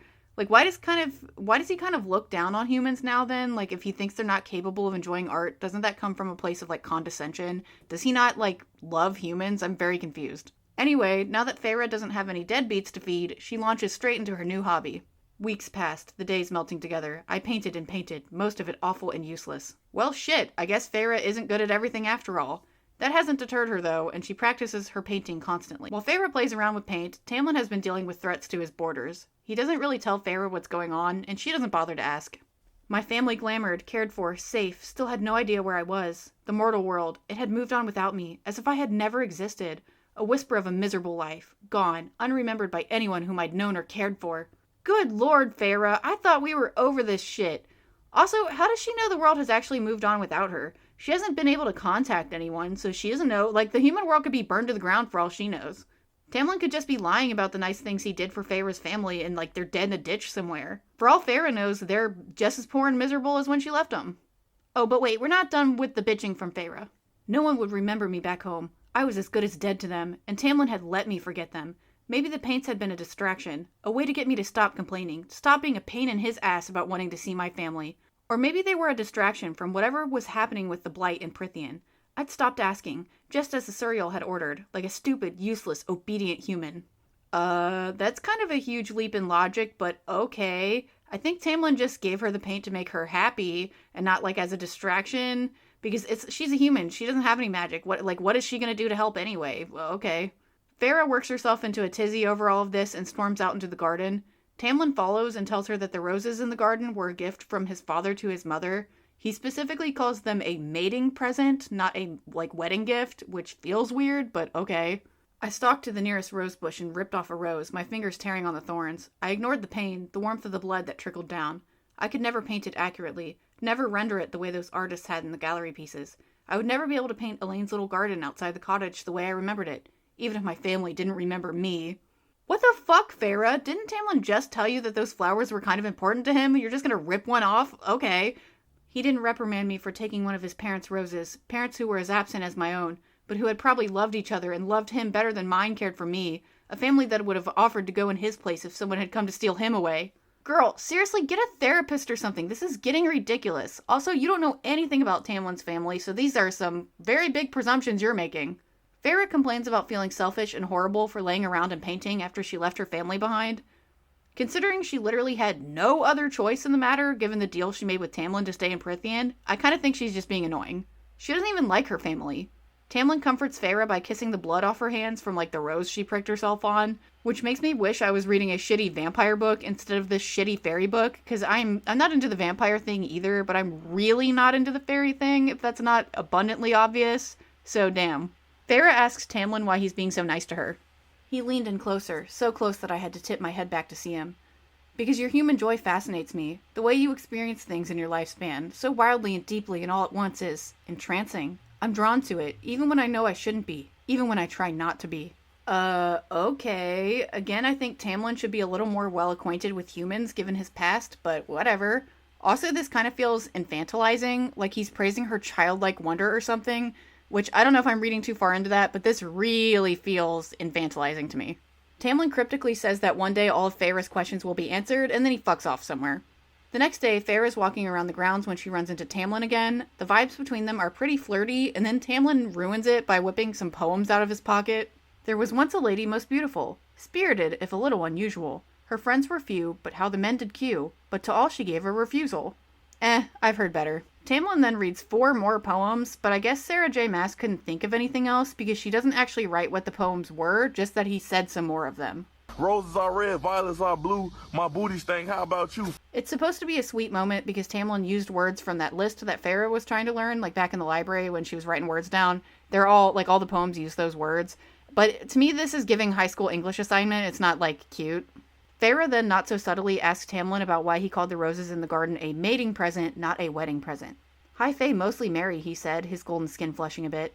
But if they're blessed, they'll find their mate. They're equal. They're match in every way. High Fae wed without the mating bond, but if you find your mate, the bond is so deep that marriage is insignificant in comparison.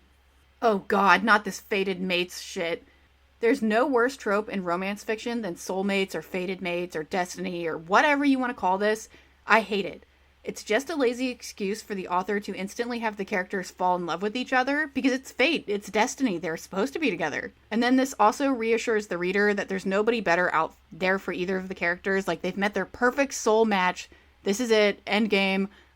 It's just lazy writing, I hate it so much. If you like fated mates, good for you, I think it's stupid. Farah asks Tamlin where his parents are, so he launches into his emo backstory.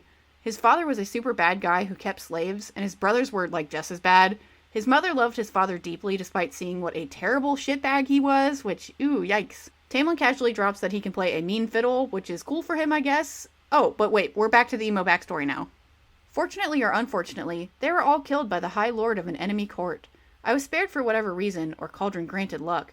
My mother I mourned. The others, a too tight shrug. My brothers would not have tried to save me from a fate like yours. Which court? Shouldn't that matter? Wouldn't he hold a grudge against that court specifically? It's weird to me that he doesn't specify which one, which court did this. I think there's actually a plot-related reason for this, but we'll get to that later. Farah notices something going on in the background, and Tamlin says people are setting up bonfires for an upcoming holiday called Kalanmai, whatever it said. It's called Fire Night or something. He vaguely says that there will be a ritual and that Farah is absolutely not invited to it. He's acting super weird and suspicious about everything, and then he gets even more weird and suspicious, and he tells Farah to, go hide in a bush or something. So Farah manages to duck behind a bush right in time to overhear a conversation between Tamlin, Lucian, who's, just magically shown up, and then some third person who's also just magically appeared, and she can't really see who this third person is, she can just hear them. The trio talk more about the mysterious she we've been hearing about. Something about how she isn't happy with Tamlin, how he's been acting, and how she could destroy his whole estate if she wanted to. The third person gives some more vague threats before he just leaves. Oh, and apparently the person was super scary, like they had a super foreboding presence and a spooky voice, so this is clearly a bad guy. Inside that hissing voice, I'd heard the screaming of human victims, the pleading of young maidens whose chests had been split open on sacrificial altars.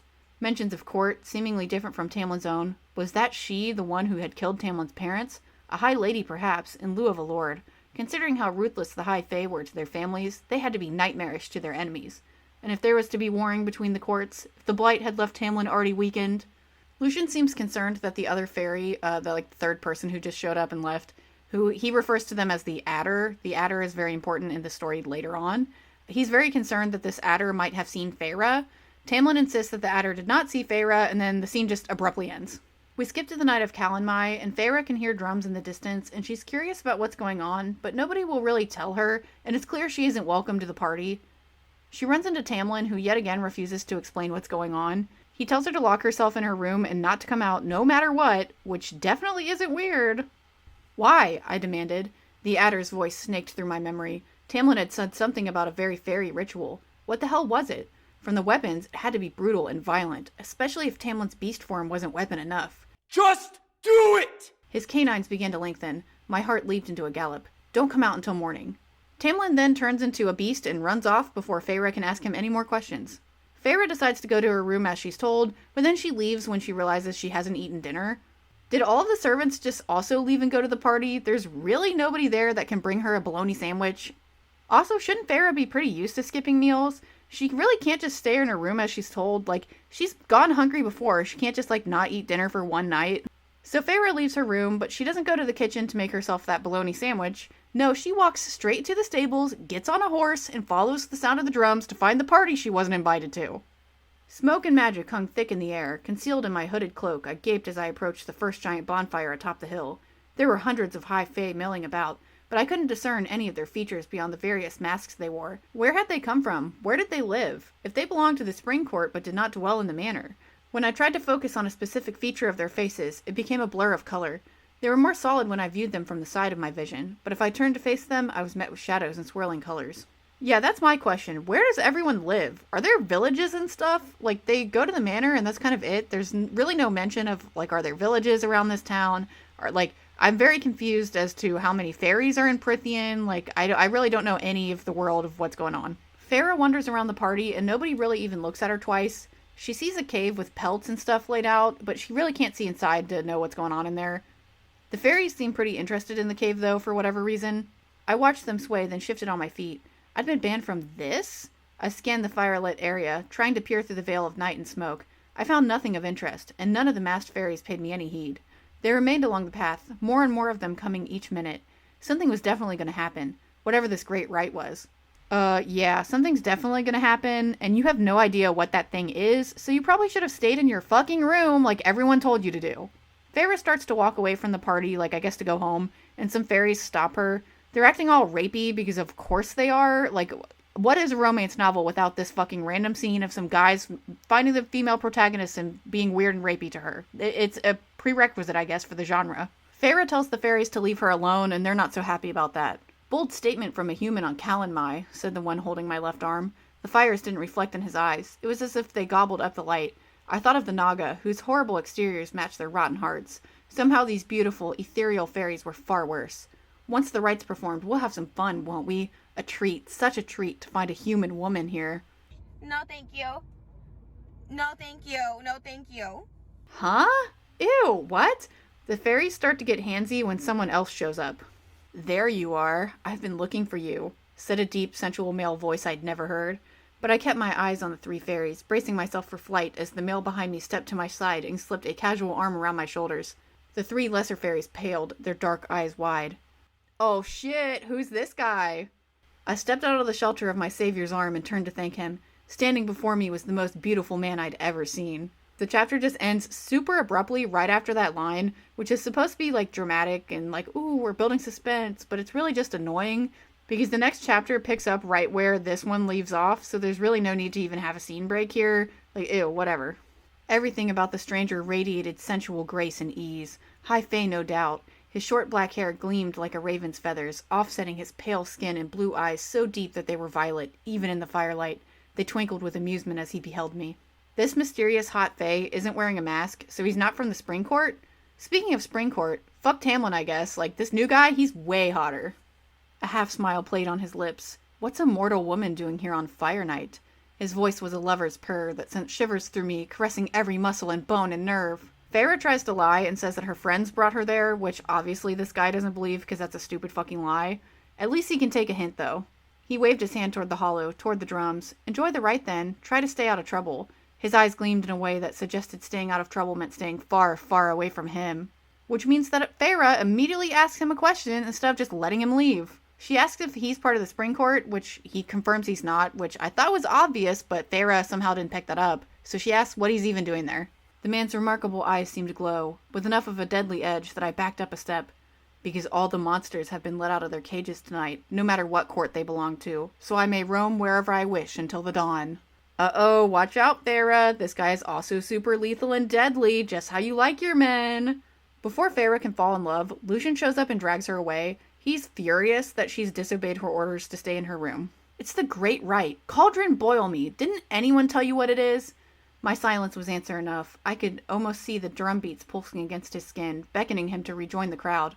Fire Night signals the official start of spring. In Prythian as well as in the mortal world, Lucien said. While his words were calm, they trembled slightly. I leaned against the wall of the hallway, forcing myself into a casualness I didn't feel. Here, our crops depend upon the magic we regenerate on Calanmai. Tonight. No, Lucien. Nobody told Feyre what the Great Rite was, because nobody tells Feyre anything. Go ahead and tell her now, though, after she already showed up and kind of ruined everything. Tonight, Tam will allow great and terrible magic to enter his body, Lucien said, staring at the distant fires. The magic will seize control of his mind, his body, his soul, and turn him into the hunter. It will fill him with his sole purpose, to find the maiden. From their coupling, magic will be released and spread to the earth, where it will regenerate life for the year to come. Wait, hold on. From their coupling? When I read the part with the cave and all the pelts laid out, I assumed that there would be some kind of orgy going on, but oh my god, I missed the base here, guys. Lucien goes on to say that nobody knows who the maiden is yet. Tamlin has to kill a deer or something first, like in a sacrifice, like, ritual, and then he'll find a lady fairy to bring to the cave so they can, like, bone all night. Apparently it's a real honor to be selected for this boning, so a bunch of women just line up outside the cave hoping to be chosen. Feyre awkwardly asks why there are also dude fairies hanging around, like if there's some chance Tamlin might try to bone one of them instead, but Lucien assures her that won't happen. Apparently it's also good for the harvest or whatever the fuck this festival is supposed to be about if all the other fairies bone too. You're lucky I found you when I did, though, he said, because he would have smelled you and claimed you, but it wouldn't have been Tamlin who brought you into that cave. His eyes met mine and a chill went over me, and I don't think he would have liked it. Tonight is not for love-making. Excuse me, what? Wait a minute. Wait a goddamn minute. That sounds exceptionally rapey.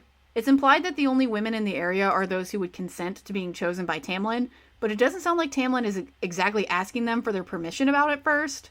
I really have no idea why the festival was written this way, because there is no damn reason for it.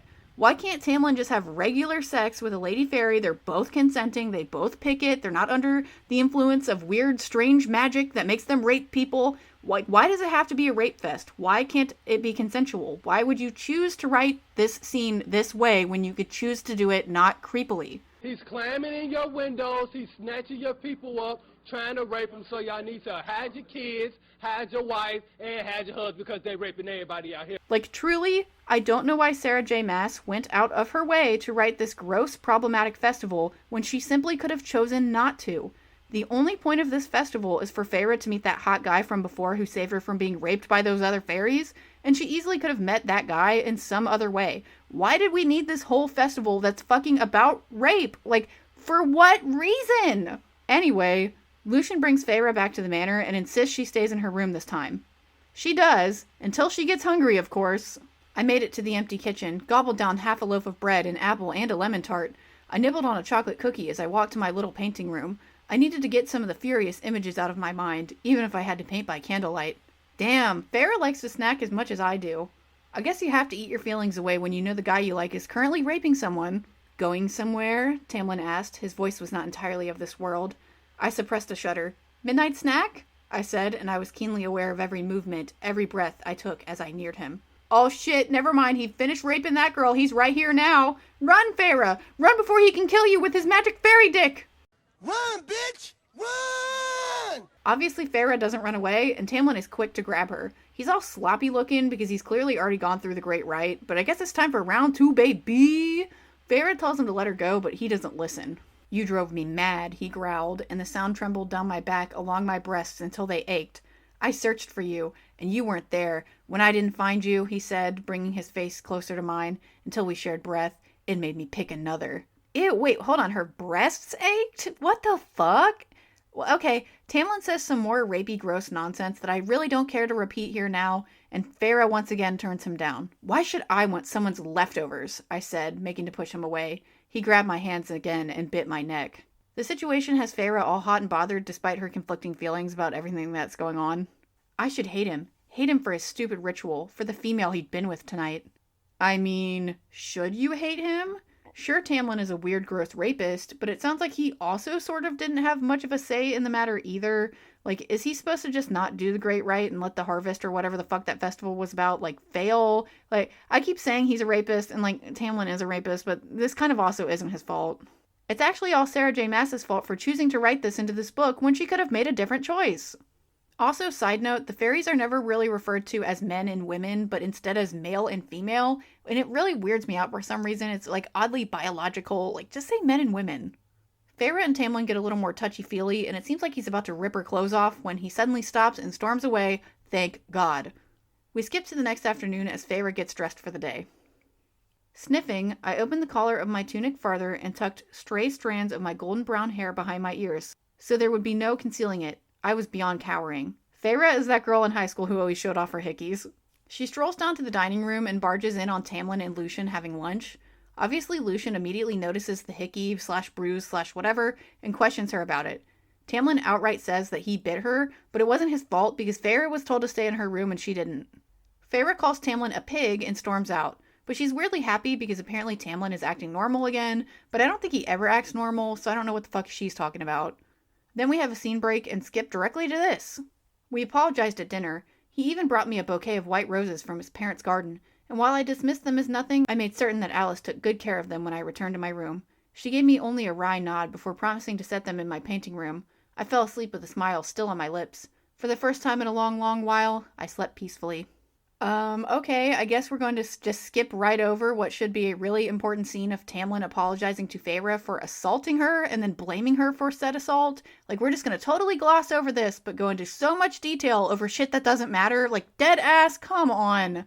We skip to a scene of Alice helping Farah put on a dress, and up until now she's only been wearing a tunic and pants and, like, refuses to wear a dress. But today she's ready because she thinks that it's going to make Tamlin happy, and now she cares about making Tamlin happy. Gross, I hate it. I'm glad we got this detailed scene of her getting dressed and like what the dress looks like instead of seeing the fucking apology for being assaulted.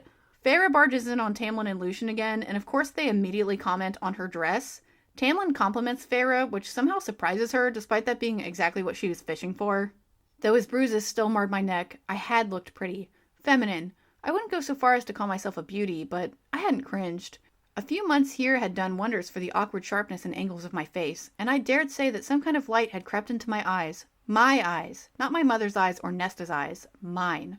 Girl, shut the fuck up. Obviously, we all already know Farah is smoking hot. Sarah J. Maas just tried to write Farah as being humble, but it's really just annoying. Like, we know she's hot. Just own up to being hot. It's cool to be hot. Just be hot. Farah tells Tamlin she has a gift for him and leads him to her painting room. I know they're strange, I said, my hands sweating again. I tucked them behind my back. And I know they're not as good as the ones you have here, but I walked to the painting on the easel. It was an impression, not a lifelike rendering. I wanted you to see this one, I said, pointing to the smear of green and gold and silver and blue. It's for you. A gift. For everything you've done. Again with the faux humility thing, she's like, oh, my paintings might not be so good, but I hope you like them. Tamlin is obviously incredibly impressed by the painting, and he can't stop gawking over it. He then goes through the rest of her paintings, which are other scenes from her life. The one she just gave him is supposed to be the glen or glade or meadow or wherever the fuck they went to that one time only. Amongst the other paintings, there's the forest she hunted in, her family's cottage, the pile of hay she fucked Isaac in, and that barn that one time. Wait, what? The painting is literally of his hand, gripping her hair in the hay, so it's super obvious, that some horsing around is going on. And of course Tamlin comments on it. Was that jealousy? It was the only escape I had. Truth, I wouldn't apologize for Isaac. Not when Tamlin had just been in the great right. I didn't hold that against him. But if he was going to be jealous of Isaac... except you do hold it against him? Oh, and if you had any doubts of what a fucking amazing painter Feyre is, Tamlin's here to clear that up. He picked up the small painting of the frozen forest and examined it again. I've had many lovers, he admitted. Females of noble birth, warriors, princesses. Rage hit me, low and deep in the gut at the thought of them. Rage at their titles, their undoubtedly good looks, at their closeness to him. But they never understood what it was like, what it is like, for me to care for my people, my lands. What scars are still there, what the bad days feel like. That wrathful jealousy faded away like morning dew as he smiled at my painting. This reminds me of it. Of what? I breathed. He lowered the painting, looking right at me, right into me. Then I'm not alone. I didn't lock my bedroom door that night. I think he was laying that on a little thick, but whatever. I guess it worked because Feyre is clearly down to fuck now. We then skip to a scene of Feyre and Tamlin laying in a meadow. This scene is long as fuck and doesn't really matter, so I'm just going to breeze through it. Tamlin offers to use magic to let Feyre experience his heightened fairy senses, but she has to give him a kiss in exchange. She agrees, and we get several pages of, flowery, very purple prose of how beautiful the meadow is, how beautiful Tamlin is. If she could just only see through this fairy's eyes all the time, everything would be so beautiful. The bird song is so beautiful. It's just the best.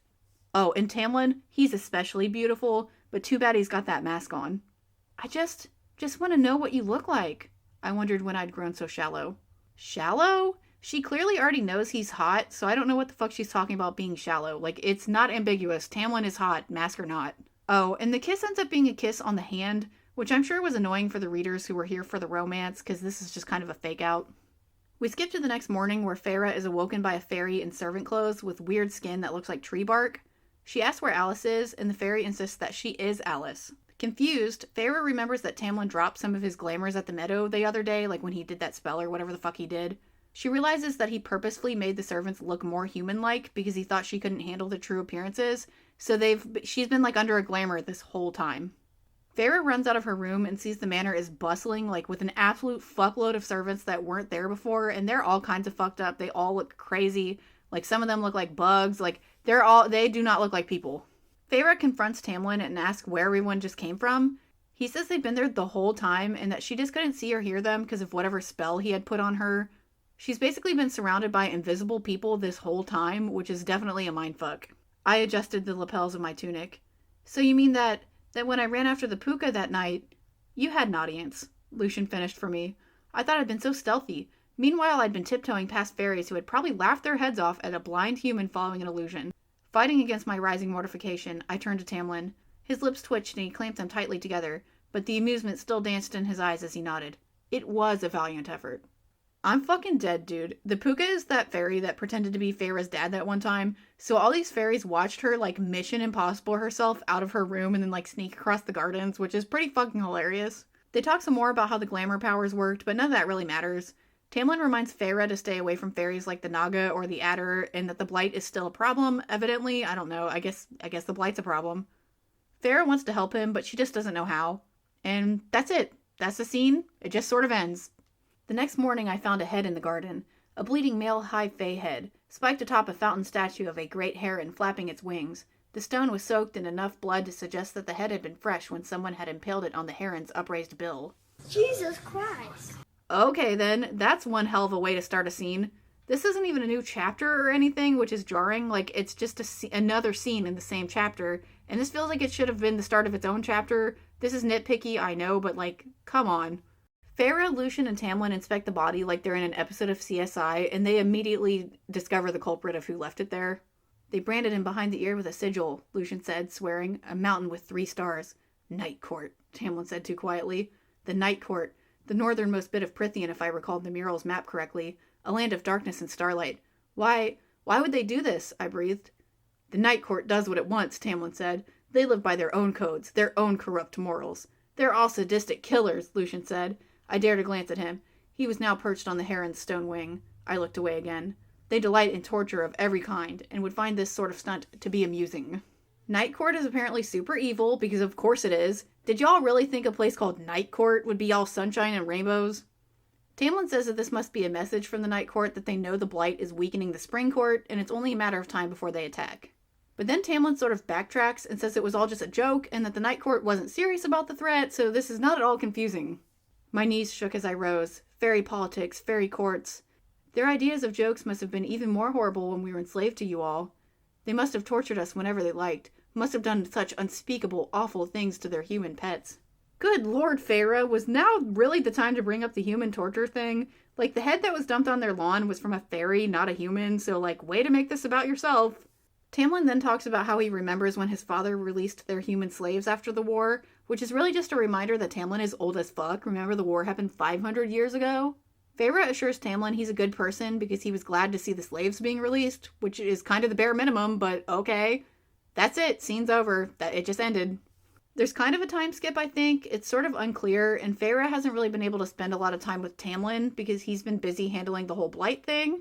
She realizes another festival seems to be happening because it's the summer solstice.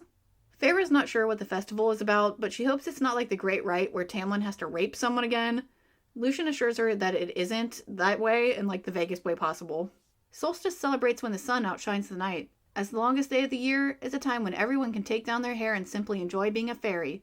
Not high fae or fairy, just us, and nothing else. What does that even mean? Don't they always just enjoy being fairies? Why couldn't that other festival be about enjoying being a fairy instead of, I don't know, raping people? What the fuck is even happening anymore, guys? I'm fully losing my mind. Anyway, they go to the summer solstice party and eat a bunch of food and stuff. Feyre finds some wine and is told it's special fairy wine and she absolutely shouldn't drink it. But we all know how Feyre is with following orders, so she promptly chugs the wine like a frat boy at his first, rush party.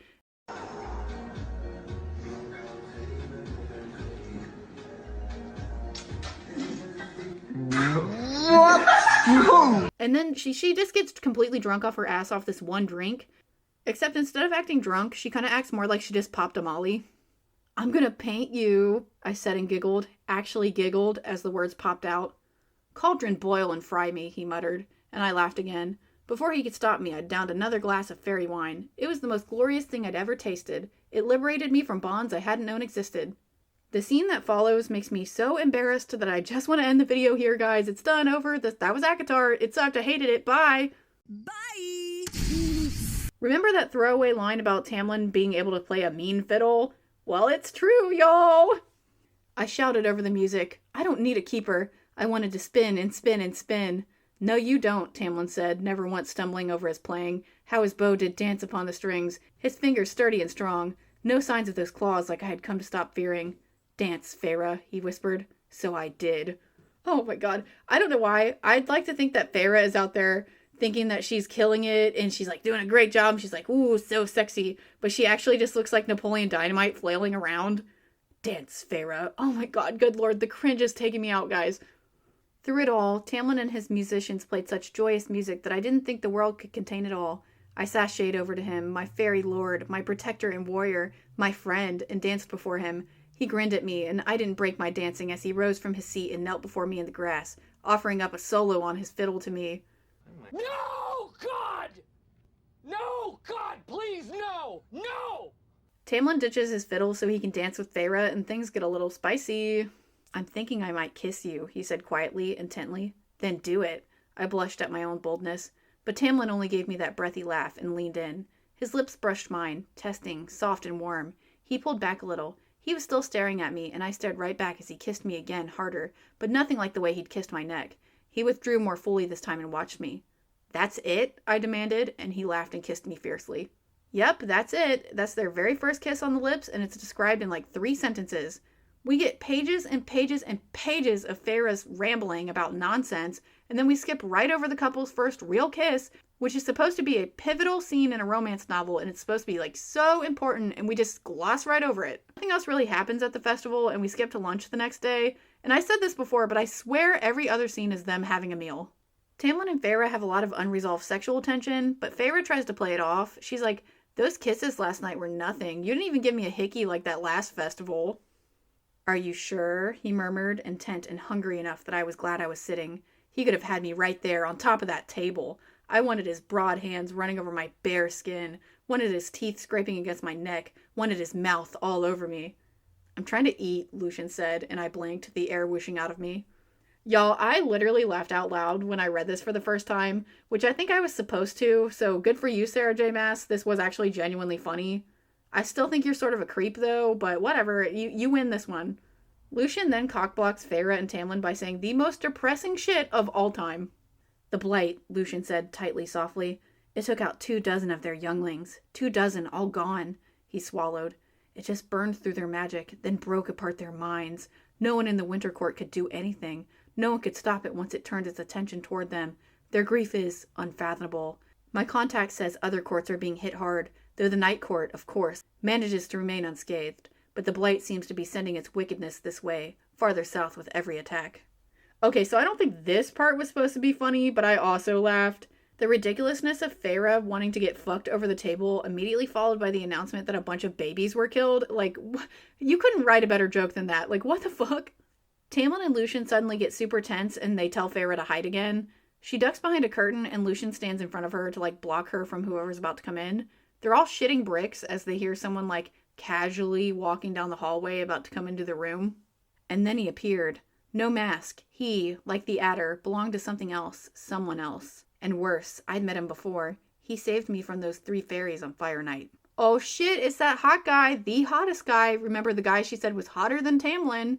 Tamlin calls this man Rhysand, and I knew about this character coming in and was waiting for him to show up. Like, this is a very important character that I knew a lot of spoilers about before I started this book. I knew it was him when he showed up at the weird rape festival, but this is the official reveal. Oh, side note, at first I thought it was Rhysand, but apparently it's Rhysand. I'll probably accidentally switch back and forth between the two, I'm sorry. I think Rhysand sounds so much better than Rhysand. Like, I don't know, Rhysand, now they sound the same to me. Whatever, it's Rhysand. Rhysand smiled, heartbreaking in its beauty, and put a hand on his chest. Rhysand? Come on now, Tamlin. I don't see you for 49 years and you start calling me Rhysand? Only my prisoners and my enemies call me that. His grin widened as he finished, and something in his countenance turned feral and deadly, more so than I'd ever seen Tamlin look. Rhysand turned, and I held my breath as he ran an eye over Lucian. A fox mask, appropriate for you, Lucian. It's clear that Tamlin wants nothing to do with Rhysand, who openly admits he's the one who left the decapitated head in their yard.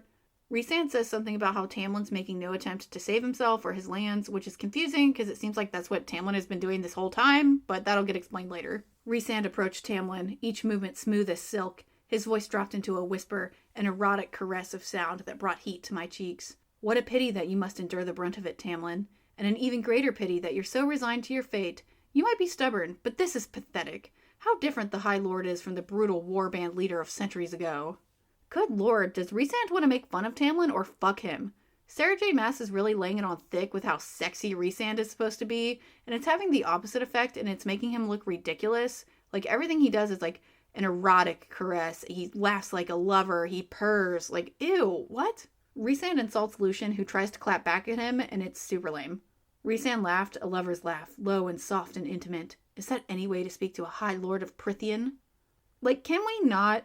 This was supposed to be a reveal that Rhysand is the High Lord of the Night Court, as if that weren't painfully obvious already, but all I can think about is how creeped out I am by this man. Lucian tells Rhysand to go back to Amarantha because her bed is getting cold, and evidently that was the wrong thing to say because it pisses Rhysand off. He has a little hissy fit, and then he insults Tamlin too.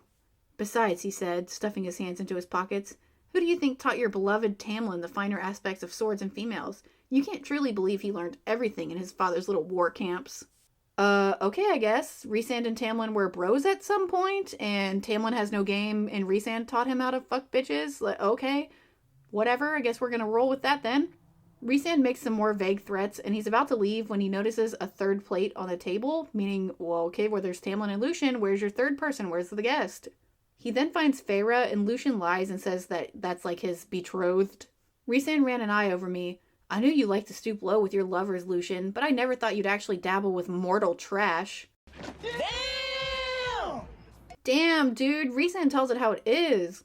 Tamlin insists that Rhysand leaves, but of course he doesn't, and instead he tells Feyre that if she knew any better, she'd be screaming and running away from the manor. Like, apparently that Tamlin is, like, hiding something, and he's evil. He's like, making a lot of insinuations, and this obviously makes Tamlin pretty angry.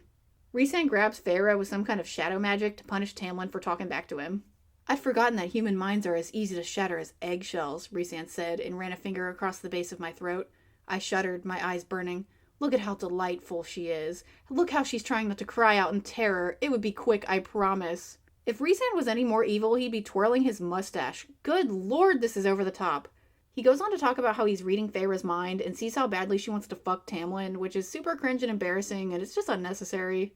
Rhysand says that Amarantha, whoever she is, will enjoy breaking Feyre. Tamlin gets all freaked out and asks Rhysand not to tell Amarantha, whoever she is, about Feyre's existence. Rhysand pointed at the ground and his smile became vicious. Beg, and I'll consider not telling Amarantha. Tamlin dropped to his knees and bowed his head. Lower. So Tamlin grovels at Rhysand's feet like an absolute pussy. Guess what?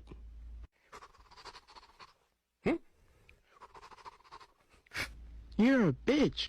Rhysand noncommittally says that he probably won't tell Amarantha, whoever she is, about Feyre before he finally decides to leave.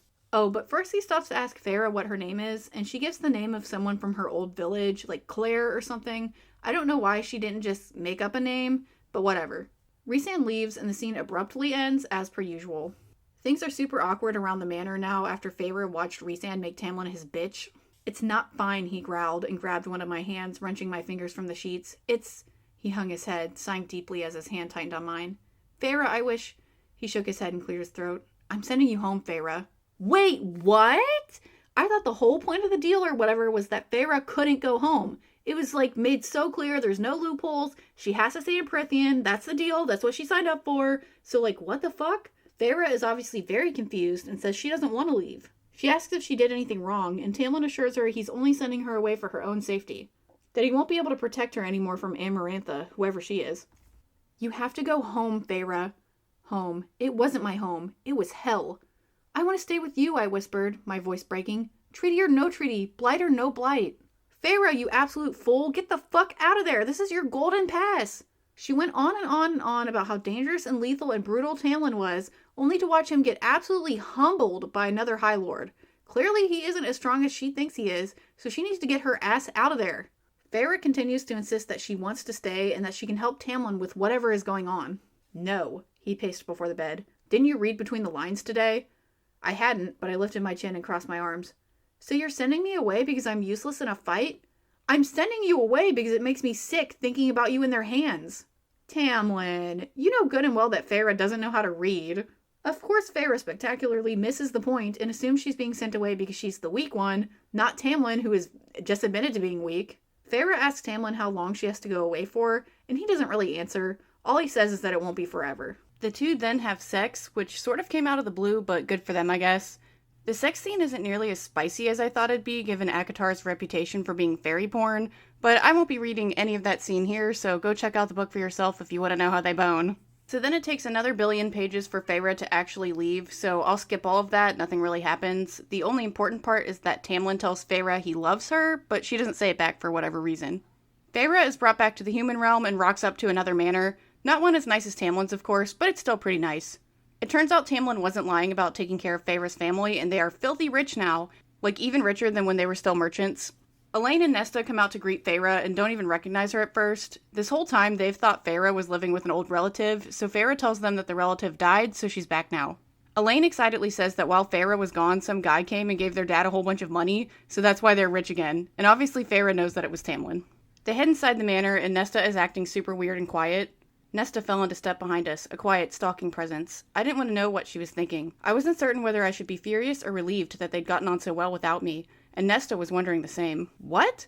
Why should Feyre be furious her family did well without her? Wasn't she worried about them when she left? Shouldn't that mean she would want them to do well without her? Whatever. Feyre being at home doesn't really matter, so I'm going to sort of gloss over this part of the book because it lasts forever and nothing fucking happens. Feyre said that she returned because whatever relative she was staying with died, and then they left her their fortune. She opens a trunk that Tamlin sent her with and finds a fuckload of big, uncut gems. That's such a huge fortune that if anyone found out about it, there would be a huge target on Feyre's family, and there'd probably be a lot of suspicion about where these gems came from. So I think Tamlin went a little overboard here and just gave them way too much. Oh, and Tamlin also fixed Feyre's father's leg so he doesn't limp anymore. Of course we had to learn that Tamlin is an even bigger saint than Feyre right after she left, before she even said she loved him, and just Feyre's the worst for not telling him that she loved him.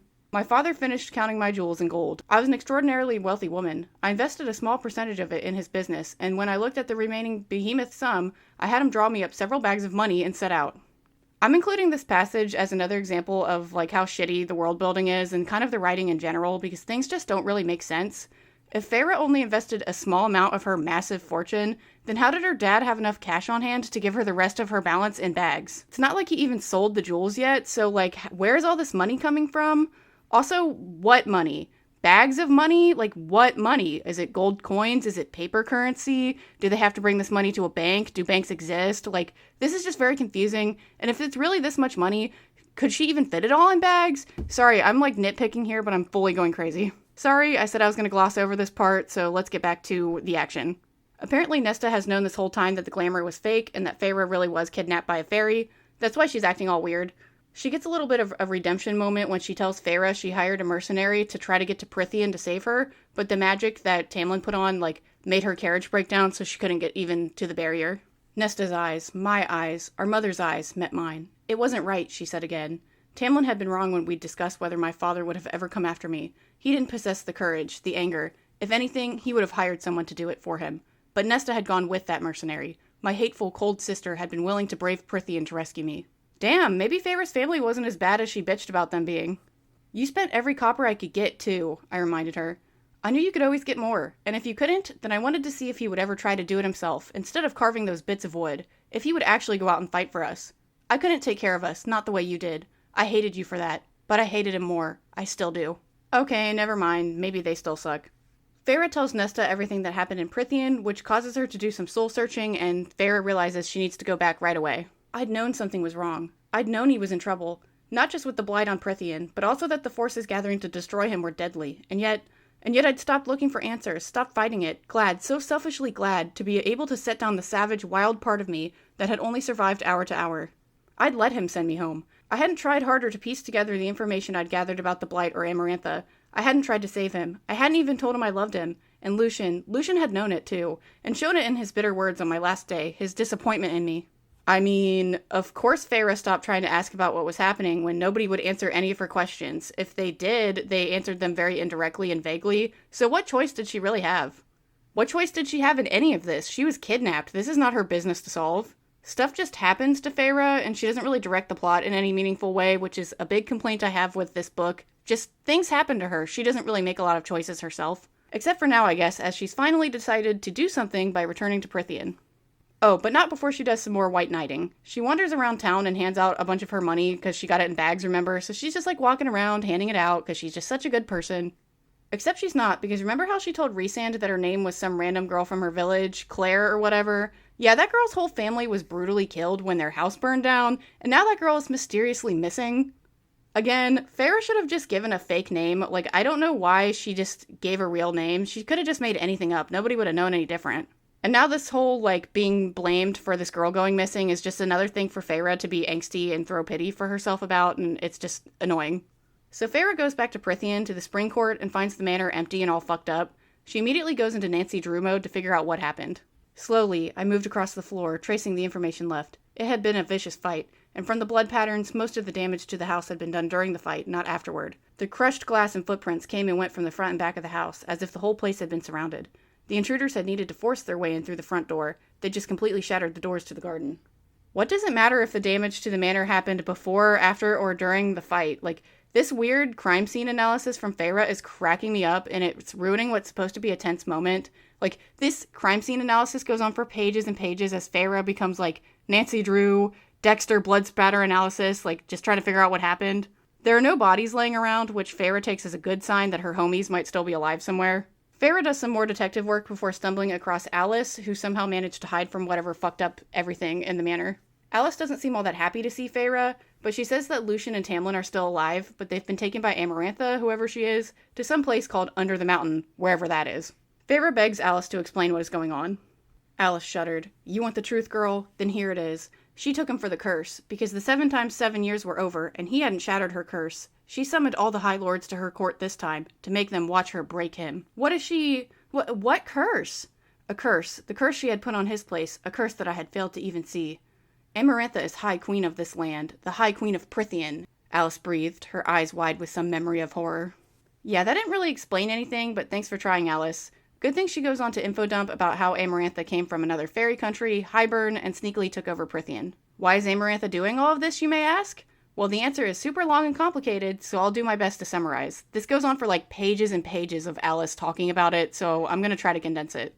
Amarantha fought on the front line of the war against the humans, while her younger sister Clythia fell in love with a human warrior named Jurian. Not Julian, Jurian? It turns out Jurian was just using Clythia to get information on the fairies, and once he was done with her, he tortured her brutally by literal crucifixion with the ash wood that they're weak against, and it was just super bad. So yikes, it looks like the humans might be just as bad as the fairies, just as cruel. Amarantha obviously didn't take too kindly to all of that, so she hates humans now. She decided to take over Prythian to eventually be able to destroy the mortal realms, because that's where the boundary to the mortal realms is in Prythian. So many, many, many years after the war, Amarantha somehow got everyone in Prythian to trust her. She invited them all to a ball and then poisoned them with some special potion that took away all their magic. So that's the blight. There's not really blight. It's Amarantha took the magic. If all of the High Lords were at this ball and they all lost their magic, then I don't know why only Springcourt is stuck wearing masks, but that might get explained later. I just can't remember right now. So now everyone has pretty much been Amarantha's slaves for the last 49 years since she did that little takeover, and she has everyone trapped underground except Springcourt for some reason. Feyre is confused and asks about the blight. The Sacred Mountain, that bald, monstrous peak I'd spotted in the mural in the library all those months ago. But the sickness in the lands, Tamlin said that the blight took their power. She is the sickness in these lands, Alice snapped, lowering her hands and entering the pantry. There is no blight but her. The borders were collapsing because she laid them to rubble. She found it amusing to send her creatures to attack our lands, to test whatever strength Tamlin had left. So that's why none of the shit about the blight made any sense, because there never was a blight, it was all just a lie. If the blight was Amarantha, then the threat to the human realm, she was the threat to the human realm. Alice emerged from the pantry, her arms full of various root vegetables. You could have been the one to stop her. Her eyes were hard upon me, and she bared her teeth. They were alarmingly sharp. She shoved the turnips and beets into the bag. You could have been the one to free him and his power, had you not been so blind to your own heart. Humans, she spat. I lifted my hands, exposing my palms to her. I didn't know. You couldn't know, Alice said bitterly, her laugh harsh as she entered the pantry again. It was part of Tamlin's curse. My head swam, and I pressed myself further against the wall. What was? I fought the rising hitch in my voice. What was his curse? What did she do to him? I know Alice is traumatized and all by whatever just happened at the manor, but it really isn't Feyre's fault if she didn't know about any of this. We then launch into some more info dumping about what exactly Tamlin's curse is. I can't understate how long-winded and frankly confusing all of this lore dumping is all of a sudden. It's out of nowhere, pages and pages and pages of story. So apparently Tamlin's family has ties to Hybern, so he's known Amarantha for a long time. Actually, the Springcourt was aligned with Hybern during the war, and they fought to keep humans enslaved. I kind of think Tamlin was lying when he said he was against human slavery, but Feyre gives him the benefit of the doubt and assumes that he was only doing what he was supposed to do. It's kind of explained later on that the reason why Tamlin likes humans or is against slavery is because he saw how evil his dad is, but I don't know if I really buy any of that. Amarantha fell in love with Tamlin, but he supposedly wanted nothing to do with her because of how evil she was to humans, so he turned her down. Then the war ended, and then whatever happens throughout the years, and 49 years prior to this story, Amarantha returned. Tamlin was obviously wary of her, so he sent Lucien in his place to try to negotiate peace with her. She refused, and Lucien told her to go back to the shithole she'd crawled out of. She took his eye as punishment, carved it out with her own fingernail, then scarred his face. She sent him back so bloody that the High Lord vomited when he saw his friend. Just like how Lucien comically vomited when he saw the fairy with the broken wings, I'd really think someone as experienced with combat as Tamlin wouldn't be fazed by a missing eye and a scar on a face. It just doesn't seem like that bad of an injury. And maybe that's me speaking as a jaded person who was on the internet in the early 2000s, but I've seen worse. Them throwing up is supposed to be all serious and dramatic, but it's really just so silly. Oh yeah, we're still talking about the curse or whatever, aren't we? Amarantha gathered everyone in the Springcourt together for a masquerade ball to talk about peace. Oh, and this was after everyone's powers were taken, I guess, so that explains why the other courts aren't wearing masks. The party where they drank the poison wine must have been a different party, so I don't know why the fuck Tamlin agreed to go to a second party after that, or if Springcourt wasn't at the first party. I'm kind of confused. When all were assembled, she claimed that peace could be had if Tamlin joined her as her lover and consort, but when she tried to touch him, he refused to let her near, not after what she'd done to Lucien. He said in front of everyone that night that he would sooner take a human to his bed, sooner marry a human, than ever touch her. She might have let it go, had he not said that her own sister had preferred a human's company to hers, that her own sister had chosen Jurian over her. He spat in her face and she laughed. She said he had 7 times 7 years before she claimed him, before he had to join her under the mountain. If he wanted to break her curse, he need only find a human girl willing to marry him. But not any girl. A human with ice in her heart, with hatred for our kind. A human girl willing to kill a fairy. The ground rocked beneath me, and I was grateful for the wall I leaned against. Worse, the fairy she killed had to be one of his men, sent across the wall by him like lambs to the slaughter. The girl could only be brought here to be courted if she killed one of his men in an unprovoked attack, killed him for hatred alone, just as Jurian had done to Clythia, so he could understand her sister's pain. What? Okay, I'm really not sure where to start with all of this. If Amarantha had already weakened everyone, then why doesn't she just use her overwhelming strength to crush Tamlin into being her lover? Like, why make a deal at all? Then why make the deal so specific and so complicated? Why would Tamlin even accept a deal with such narrow terms? Like, I know it's kind of in fairy nature to, like, make deals and be tricky and stuff, but this all just seems really convoluted and stupid when Amarantha could just use her overwhelming strength to just solve everything. When she first cursed him, Tamlin sent one of his men across the wall every day, to the woods, to farms, all disguised as wolves to make it more likely for one of your kind to want to kill them. If they came back, it was with stories of human girls who ran and screamed and begged, who didn't even lift a hand. When they didn't come back, Tamlin's bond with them as their lord and master told him they'd been killed by others, human hunters, older women perhaps. No, wait, I have even more shit to say. First of all, it's stupid as fuck that he'd choose to turn them into a wolf and not like a rabbit or a deer or something less intimidating. Also, I'm glad for Feyre that she's so much not like the other girls because she actually killed the wolf instead of screaming and running like any reasonable person would do. Good for her, I guess. Finally, what the fuck is with that final line? Older women, perhaps? Perhaps what, motherfucker? Why does it matter how old the woman is as long as she falls in love with Tamlin and she's a human? Like, how old is too old? Is there a specific age cutoff? What if a 12-year-old killed the wolf? Would Tamlin have gone for her? Like, what the fuck is this? FBI, open up!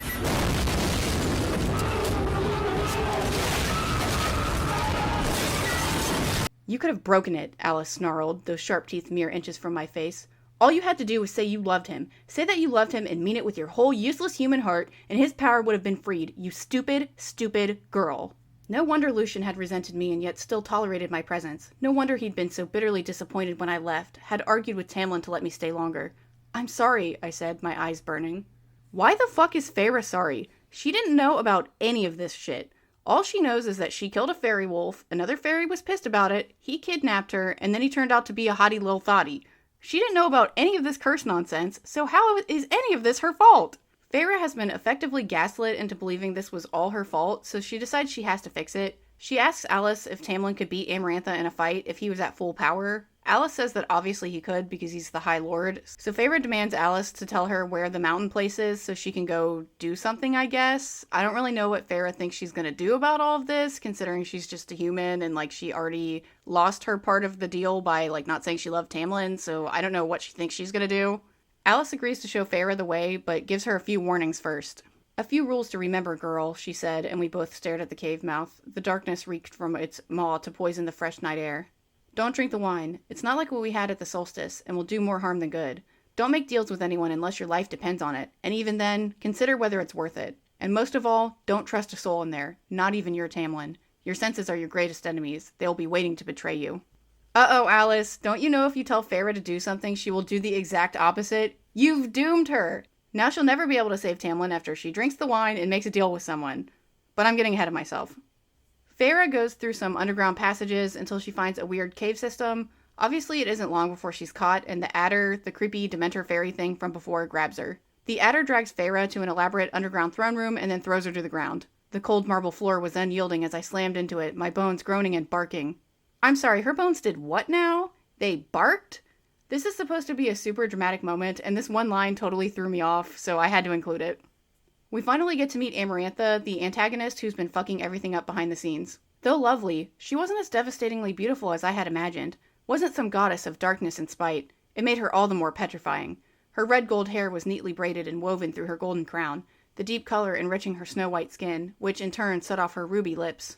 But while her ebony eyes shone, there was something that sucked at her beauty, some kind of permanent sneer to her features that made her allure seem contrived and cold. To paint her would have driven me to madness.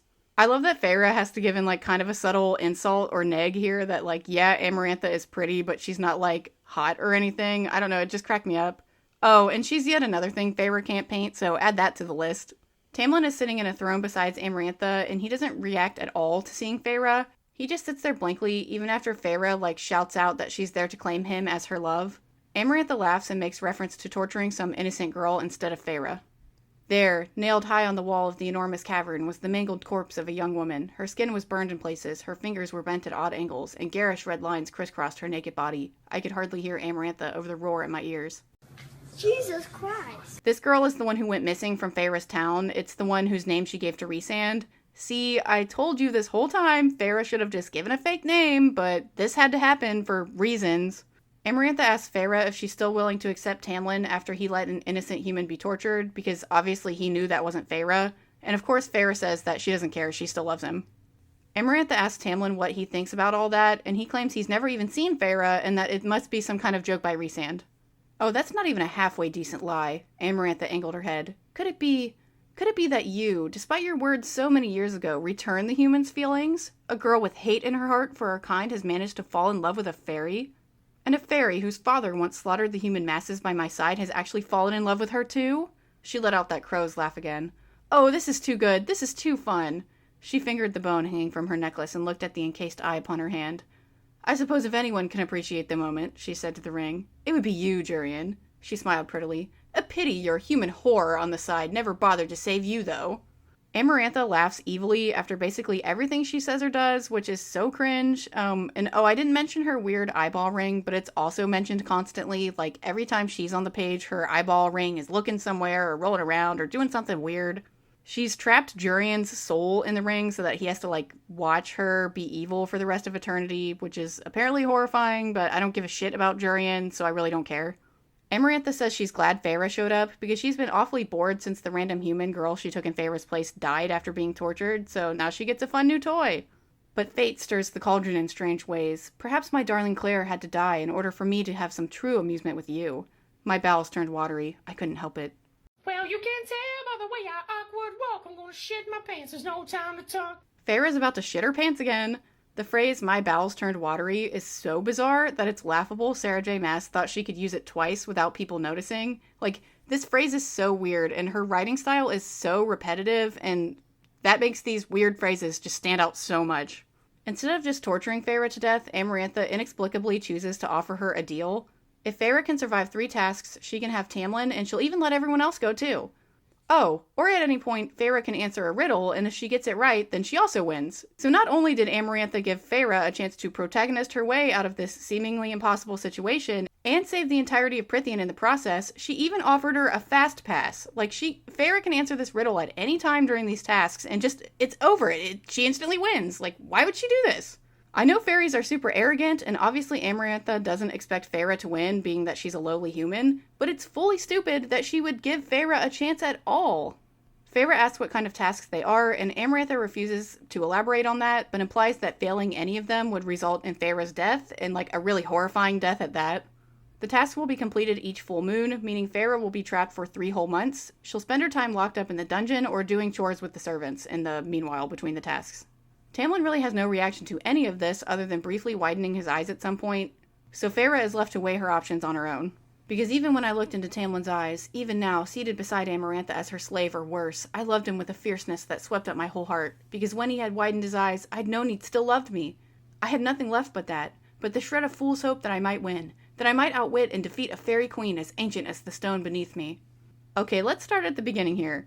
As her slave or worse? Worse? What's worse than being the evilest ladies alive slave? Also, what? I'm glad all it took was a little eye twitch for Feyre to be super sure Tamlin is still into her. I don't know if that's confidence or delusion.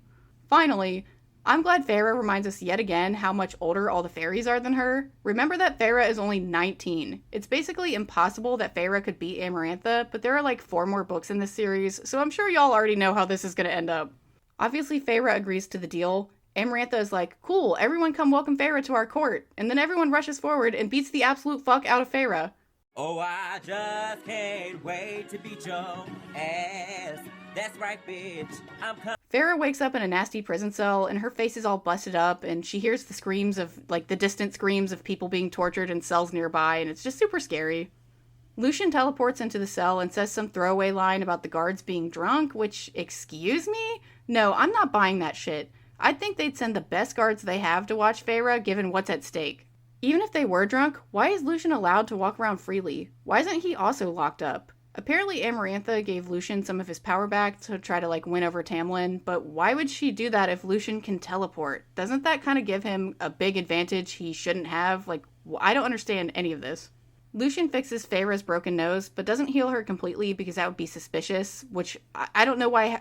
Did they not notice her nose is broken? Is that not going to be suspicious? He tells her that Amarantha has summoned all of the High Lords to the mountain, and they can't leave until her trials are over. He infodumps more stuff about Amarantha that isn't really important, and then he just leaves. Eventually someone gets Feyre out of the dungeon and takes her back to the throne room. Amarantha asks what her name is, and Feyre doesn't answer. Then Amarantha calls out Rhysand and asks him if Feyre is the girl he saw in the spring court, during the festival or whatever. He gives a non-committal answer and says that all humans look the same to him, and he doesn't even know what her name is, even though I think he definitely does. I think they called her Feyre in that scene at the manor. Anyway, Amarantha has Lucian dragged out and asks him what Feyre's name is. Obviously, he also doesn't answer, so Amarantha orders Rhysand to fuck him up. Rhysand starts to do just that when Feyre screams out her name to save Lucian, which I don't know why any of this happened, because I don't know why Feyre's name is important. It doesn't seem like it's important. For the rest of this book, it doesn't really come up again, but I guess that happened. Now that all that shit is over, we finally get to hear the riddle that will save them all if Feyre can figure out the answer. There are those who seek me a lifetime, but never we meet, and those I kiss, but who trample me beneath ungrateful feet. At times I seem to favor the clever and the fair, but I bless all those who are brave enough to dare. By large, my ministrations are soft-handed and sweet, but scorned I become a difficult beast to beat. For though each of my strikes land a powerful blow, when I kill, I do it slow. I think I must have already heard the answer to this once, because it came to me immediately when I read this. I won't spoil it for you now if you want to try to figure out for yourself, but don't overthink it. Feyre doesn't know the answer right away, so she's thrown back in her nasty prison cell. Eventually the first full moon arrives, and Feyre is dragged to a big underground cavern for her first task. The layout is kind of confusing, but there's some kind of pit in the center with a crowd of fairies around it. There's a wooden platform above it all where Amarantha and Tamlin are sitting. Amarantha tells Feyre to look into the pit. I obeyed. The trenches, probably 20 feet deep, were slick with mud. In fact, they seemed to have been dug from mud. I fought to keep my footing as I peered in farther.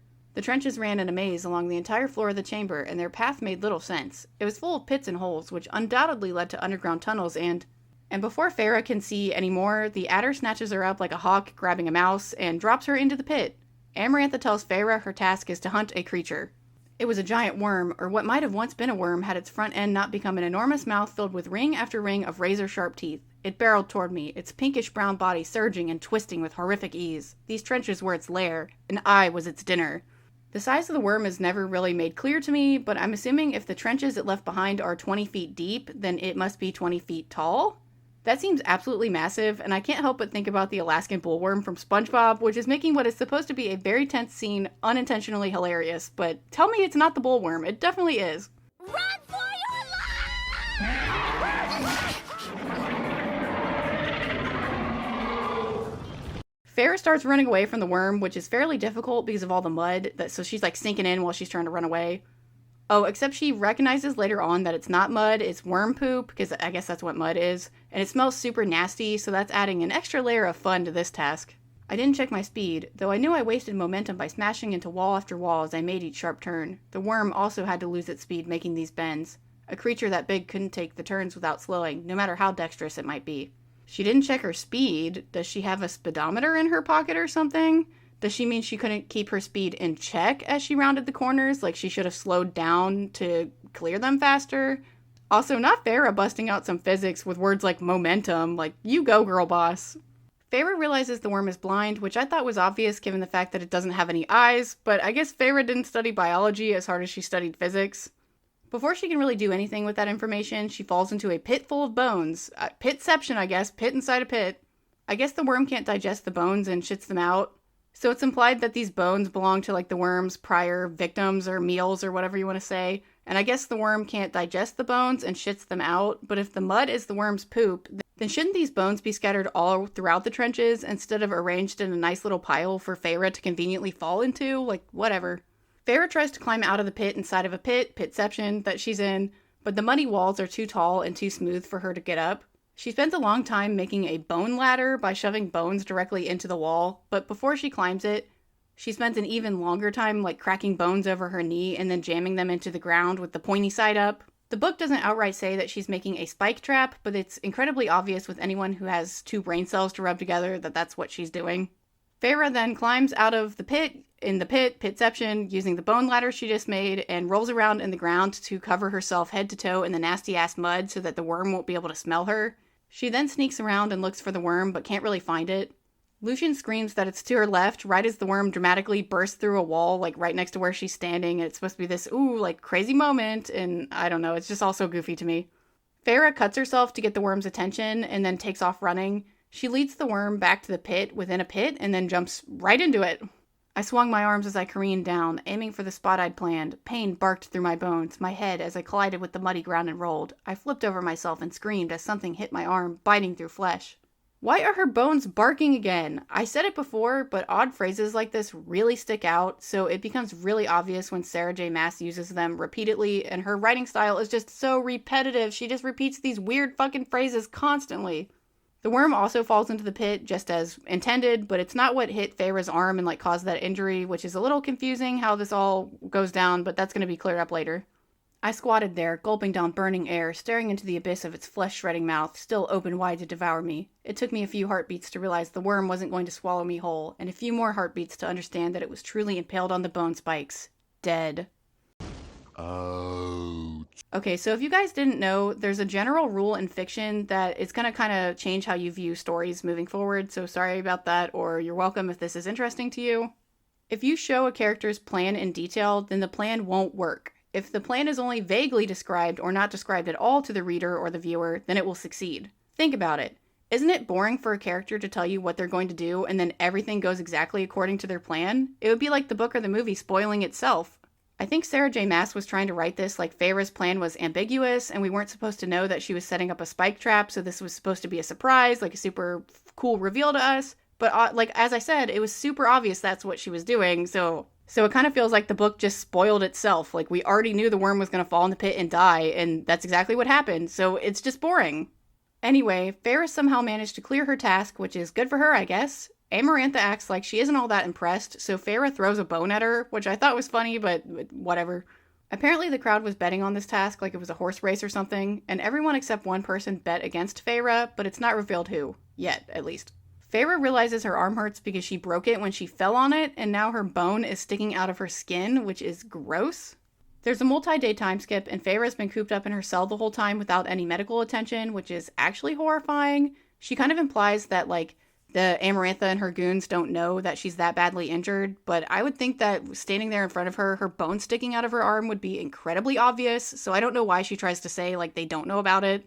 Anyway, she's getting progressively weaker as infection starts to take over, and she's very worried that, Amarantha is going to find out that she has this injury and then force her to do, more cleaning tasks or something that she's not going to be able to do. Rhysand, of all people, shows up and offers to help Feyre, revealing that he's the one who bet she'd win against the worm, which I guess that was obvious. I don't know if you guys picked that up or not. Feyre knows fairies don't do anything for free, so she asks what the catch is. "I'll make a trade with you," he said casually, and gently set my arm down. As it met with the floor, I had to close my eyes to brace against that flow of that poison lightning. "I'll heal your arm in exchange for you. For 2 weeks every month, 2 weeks of my choosing, you'll live with me at the Night Court, starting after this messy 3 trials business." Okay, I guess. Feyre's gonna make another deal that kind of involves kidnapping, so I guess love that for her. Feyre immediately says no, and Rhysand tells her to reconsider. He notices that her once clearly broken nose has been fixed, which I mentioned before, I thought that'd be obvious, but he says it's unlikely that Lucian is going to come back to help her a second time. Apparently Amarantha made Tamlin whip him, whip Lucian, after he helped Feyre during the worm task, when he called out her, oh, look out for the worm. Apparently he wasn't supposed to do that, so he was punished for it, and Tamlin had to whip him, and so Lucian was too injured to come help Feyre's arm. It's, stupid. It's stupid. Even if Lucian was in good shape, Feyre doubts that he'd come to help her. I was dying. I'd known it for some time now, and Lucian had underestimated my abilities in the past, had never quite grasped my limitations as a human. He'd sent me to hunt the Suriel with a few knives and a bow. He'd even admitted to hesitating that day when I had screamed for help, and he might not even know how bad off I was. Might not understand the gravity of an infection like this. He might come a day, an hour, a minute too late. Wait, did he underestimate or overestimate Feyre's ability? The text says underestimate, but then proceeds to describe overestimating. I know things like this seem nitpicky and minor, but word choice really matters. This is a novel, it's full of words. You pick words for a reason. If you mean overestimate, don't say underestimate. Also, this whole thing is stupid. I'm sure Lucian is well aware of how weak humans are, given how constantly he insulted Feyre. Rhysand doesn't like that Feyre is hesitating, so he deadass grabs the bone that's hanging out of her arm and twists it, which is like so gross and unnecessary. Disgusting! I guess he's not exactly the nice guy he's pretending to be after all. He's about to leave when Feyre realizes she really doesn't have any other options and kind of has to do this. I raised my chin as high as I could manage. Just 2 weeks? Just 2 weeks, he purred and knelt before me. 2 teensy tiny weeks with me every month is all I ask. Why? And what are to be the terms? I said, fighting past the dizziness. Ah, he said, adjusting the lapel of his obsidian tunic. If I told you those things, there'd be no fun in it, would there? But it's not just 2 weeks, it's 2 weeks every month, which is essentially half of Feyre's life. Rhysand doesn't specify exactly how many months she has to do this for, so I'm assuming that means for the rest of her life? Also, it doesn't seem fair that he can set up a deal without revealing all of the terms, but I guess Feyre really doesn't have too much room to negotiate. Except I guess she does, because she somehow talks Rhysand down to only 1 week a month before agreeing to the deal. He fixes her arm, but then leaves something else behind. Rhysand stood, running a hand through his short dark hair. It's custom in my court for bargains to be permanently marked upon flesh. I rubbed my left forearm and hand, the entirety of which was now covered in swirls and whirls of black ink. Even my fingers weren't spared, and a large eye was tattooed in the center of my palm. It was feline, and its slitted pupil stared right back at me. That seems pretty stupid, because now everyone, including Amarantha, is going to know about the deal, which doesn't seem like a good thing. Like, this tattoo is so obvious, everybody's going to immediately notice it. Helping Feyre is a direct betrayal to Amarantha, so Rhysand is really going to have to be smooth to play all of this off, and why is he even doing this in the first place? I guess we'll find out. Rhysand leaves, and we abruptly skip to a scene of Feyre scrubbing a floor. Remember, she was told she has to do chores in between her tasks, but that kind of happens pretty randomly and only at plot-convenient moments, so that whole thing is just stupid. Anyway, Feyre has been given a bucket of dirty water and is told to clean the floor, and it must be spotless or she'll be tied to a spit and turned over a fire. What? What the fuck? That's not horrifyingly unfair or anything. So the point of the chores is to give Feyre, like, an impossible task so then they can torture her and then she'll be too weak to do the tasks. And, okay, I guess that's what we're doing. You wanna play a little game?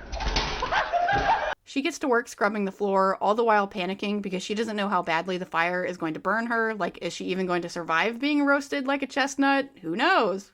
She doesn't have to worry for long before Lucian's mother, the Lady of the Autumn Court, waltzes in and uses magic to clean Feyre's mop water. Like, she changes the dirty water to clean water.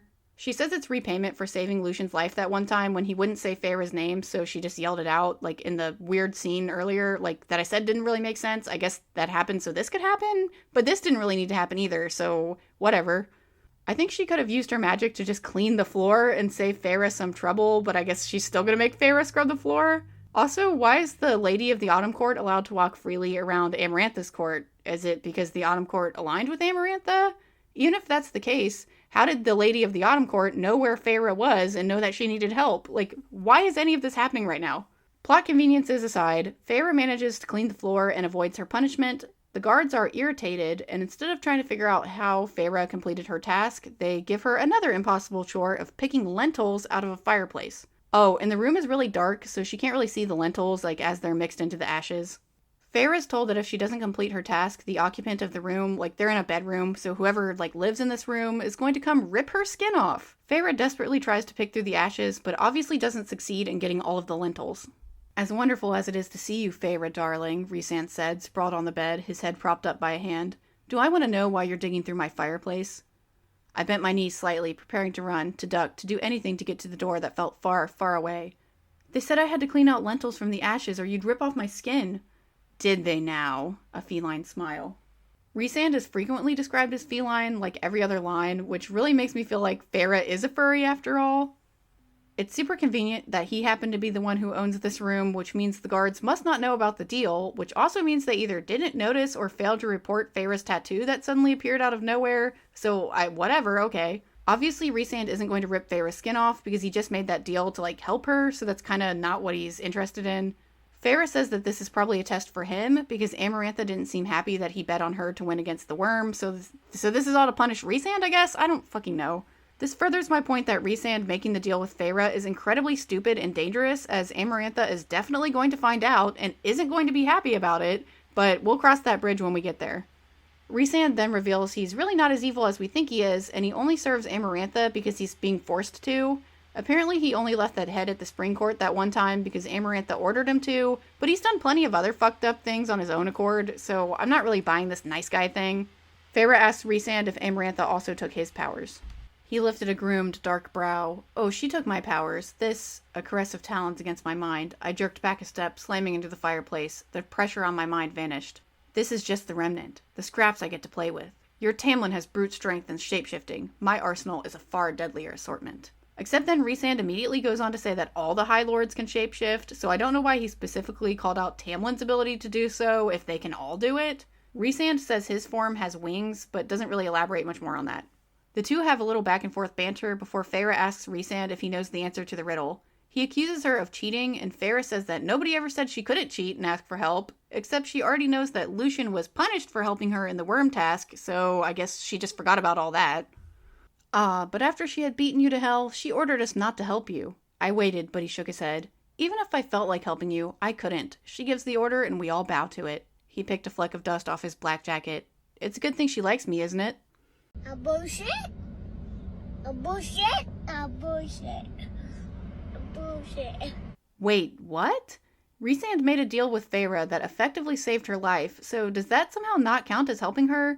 Like, I know he gives this throwaway line of, it's a good thing she likes me, right? But Amarantha doesn't like Rhysand that much that she would just let him do all these things to help Feyre, right? Like, what is happening? Rhysand also cleans up the rest of the lentils for her with his magic, so does that not count as helping her? Why can he do things like that but not tell her the answer to the riddle? Also, if they can't help her, then why did the Lady of the Autumn Court help her? Like, was she not given that order? Like, what is happening? As a little cherry on top, Rhysand uses his magic to sort of brainwash the guards and tells them not to assign Feyre any chores anymore, so she doesn't get any more, and so that whole thing was pointless, as I said. And I guess that also doesn't count as helping her for some reason. Several days pass and two female fairies show up to Feyre's cell. She recognizes them as being part of the Night Court and assumes they are Rhysand's servants. They take Feyre to some random room and they just start painting her without any explanation. And they're like really getting in there with the paint and like Feyre is not really having any of it. From the neck up I was regal. My face was adorned with cosmetics, rouge on my lips, a smearing of gold dust on my eyelids, kohl lighting my eyes. And my hair was coiled around a small golden diadem embedded with lapis lazuli. But from the neck down, I was the heathen god's plaything. They continued the pattern of the tattoo on my arm, and once the blue-black paint had dried, they placed on me a gauzy white dress. I really don't like where any of this is going, but okay, let's do this, I guess, instead of just getting through the tasks and finishing the book. I'm glad we're throwing a wrench in this plot progression for whatever the fuck this weird stuff is about to be. The dress really isn't a dress at all, like it's completely see-through and leaves absolutely nothing to the imagination, so Feyre is basically like Slave Leia right now. Rhysand shows up and finally explains that he needed a date to some random-ass party that's apparently happening that night, because apparently fairies never lose the opportunity to party even when their entire country is, like, at stake of falling from, like, evil. What is happening? Why are there parties? Feyre asks if her stripper outfit is necessary, and Rhysand says it is. He approached, and I braced myself as he ran a finger along my shoulder, smearing the paint. As soon as his finger left my skin, the paint fixed itself, returning the design to its original form. The dress itself won't mar it, and neither will your movements, he said, his face close to mine. His teeth were far too near to my throat. And I'll remember precisely where my hands have been, but if anyone else touches you, let's say a certain high lord who enjoys springtime, I'll know. He flicked my nose. And Feyre, he added, his voice a caressing murmur, I don't like my belongings tampered with. Disgusting! I don't even know what to say right now. This is the stupidest shit of all time. Does Rhysand really think that Amarantha is going to let Tamlin anywhere near Feyre, let alone, like, let him get all down and dirty with her, like, during a party? Like, what is happening? Why is Feyre even allowed to go to this party? Amarantha is definitely going to find out about the deal once Rhysand shows up to the party with Feyre, which seems like an unnecessary risk on Rhysand's part. Like, I don't understand why any of this is happening. Rhysand and Feyre show up to the random party, and obviously all eyes are on them. Amarantha is surprisingly casual as she asks Rhysand what's going on, and he outright tells her about the deal. Amarantha seems more jealous than anything and doesn't really comment or do anything with that information and just tells Rhysand to enjoy the party, which, like, what the fuck is happening? I don't know why any of this is happening right now because it makes absolutely no sense given what we've been told about Amarantha and this whole deal and everything, so I guess this is just what we're doing now. Buckle up. Rhysand forces Feyre to drink fairy wine, so now she's done several things that Alice explicitly told her not to do. She drank the wine and made a deal, so yeah, Feyre ruins everything again. The scene abruptly ends as Feyre blacks out from, drinking the wine. Feyre wakes up in her cell with the worst hangover of all time.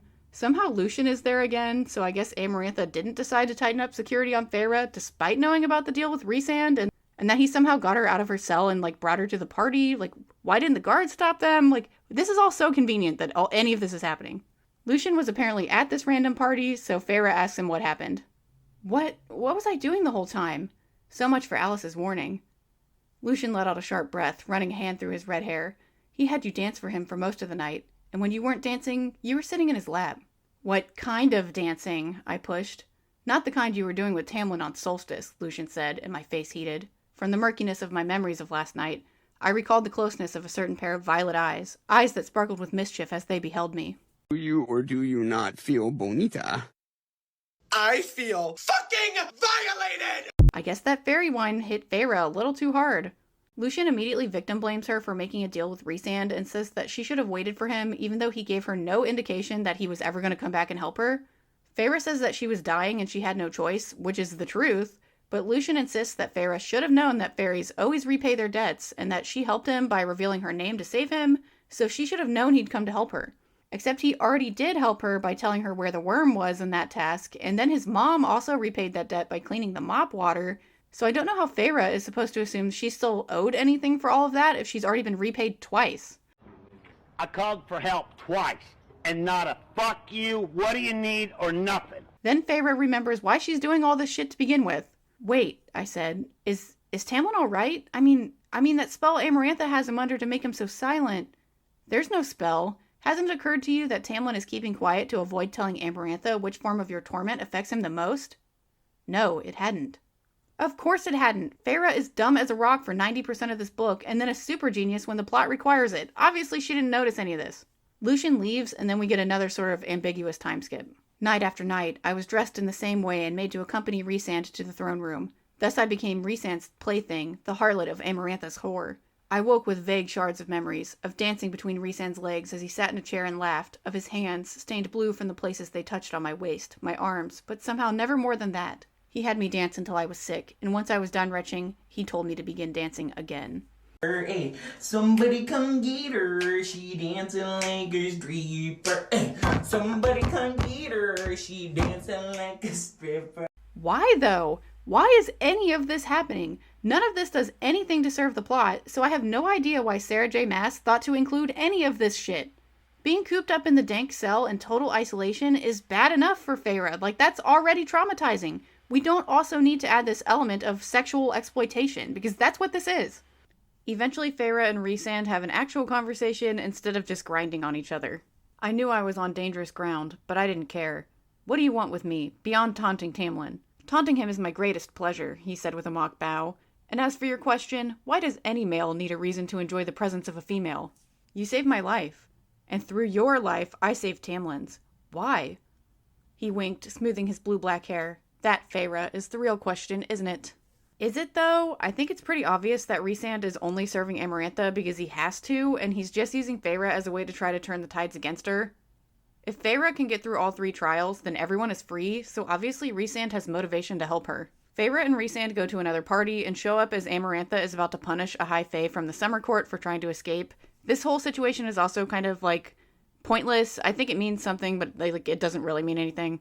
Anyway, Amarantha tells Rhysand to read the fairy's mind and tell her what he was thinking, what was his plan, why was he trying to escape. So Rhysand does, and he says that the fae simply wanted to flee and had no ulterior motives, he was just trying to escape for his own good, whatever. The High Lord of the Summer Court is sort of suspiciously watching this go down, he seems relieved when Rhysand says that, so it's so painfully obvious that Rhysand is lying to help the Summer Court for some reason. Amarantha takes this all at face value, despite it being so obvious that something is going on, and orders Rhysand to punish the fae for trying to escape, so he does. The Summer Fairy cringed, his face shining with tears. My own bowels turned watery with fear and shame as he wet himself at the sight of Rhysand. But please, he gasped out. Can we stop with the watery bowels already? Come on. The Fae just keels over dead, which annoys Amarantha because she wanted Rhysand to torture him to death, not just like kill him mercifully. I guess her bloodlust makes her too stupid to realize something else is going on. To be fair, I also don't know what's going on, and I've already read this book. It's revealed later on why Rhysand helped the Summer Court, but I genuinely can't remember the reason, and it's stupid, and it doesn't matter clearly. The weird party scene ends, and we jump right into Feyre's second task. It's pretty stupid, so I'm gonna just gloss over it, sorry. Feyre is put into another pit and sees Lucian chained to the opposite wall with a gate separating them. There's writing on the wall and 3 levers, so all Feyre has to do is solve the puzzle and pull the correct lever. Oh, but there's flaming spikes lowering into the pit that will smush both her and Lucian to death if she doesn't guess fast enough.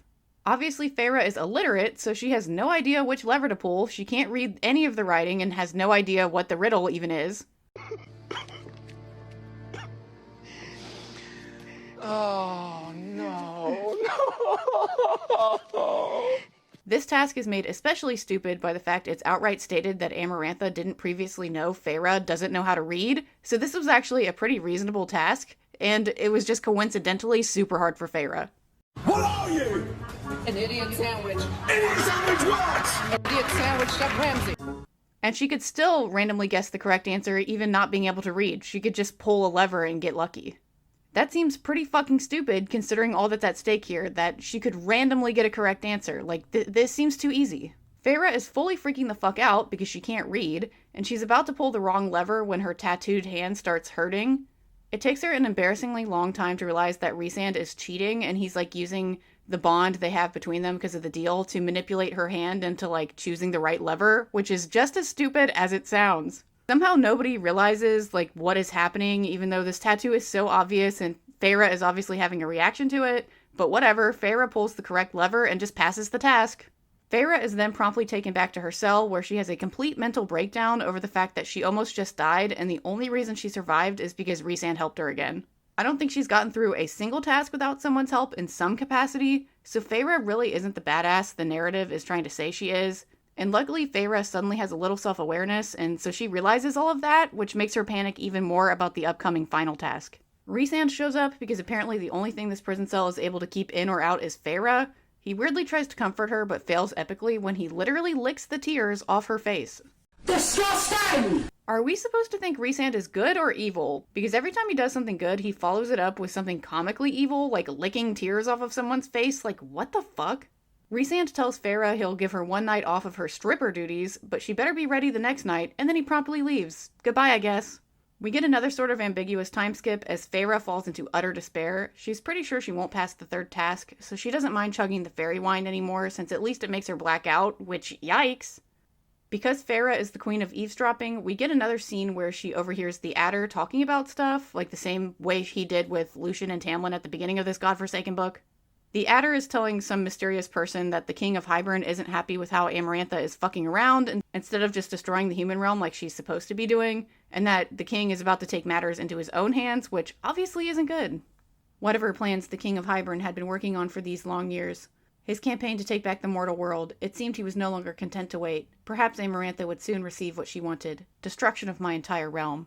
Except it seems like Amarantha really just wants Tamlin and doesn't give a shit about destroying the human realm anymore. Otherwise the King of Hybern wouldn't get involved. Like, she's wasted 50 years not doing that, just trying to chase Tamlin. We then get an incredibly long and boring scene of Feyre sitting in her prison cell crying as she listens to music in the distance as if she hasn't been going to parties every night. I guess she really doesn't remember these parties, but whatever, just more opportunities for Feyre to be sorry for herself. We then immediately skip to yet another party, and I guess Feyre's invited to this one and wasn't for the last one for whatever reason. It's only 2 days before Feyre's final task, so obviously she isn't having a very good time, as if she ever was. Somehow Tamlin is able to approach Feyre without Amarantha or Rhysand or anyone else noticing, which makes me wonder why he has made zero effort to help Feyre with anything before now. The two manage to sneak off into some sort of side room, a closet, I don't know where they go, and they make out for all of 2 minutes before Rhysand busts in and catches them. Rhysand uses his magic to clean off all of Feyre's body paint that smudged all over Tamlin, because remember that weird paint thing is a thing for reasons. So anyway, Rhysand makes Tamlin all clean and then tells him to leave, and then Tamlin does, promptly, because he's a puss. You're a fool, Feyre. Do you have any idea what could have happened had Amarantha found you two in here? Tamlin might refuse to be her lover, but she keeps him at her side out of the hope she'll break him, dominate him, as she loves to do with our kind. I kept silent. You're both fools, he murmured.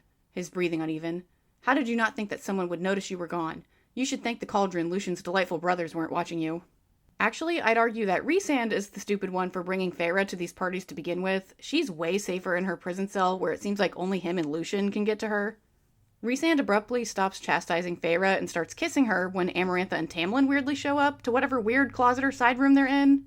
I don't really know why any of this is happening other than to cause weird drama between Tamlin and Feyre because of, like, Rhysand kissing her. Apparently nobody saw Tamlin and Feyre go into the closet other than Rhysand, and if Amarantha saw Rhysand going into the closet, then she must have also seen Tamlin leaving it, but she clearly hasn't, so I don't know how she knows Rhysand and Feyre are in there or why she even cares.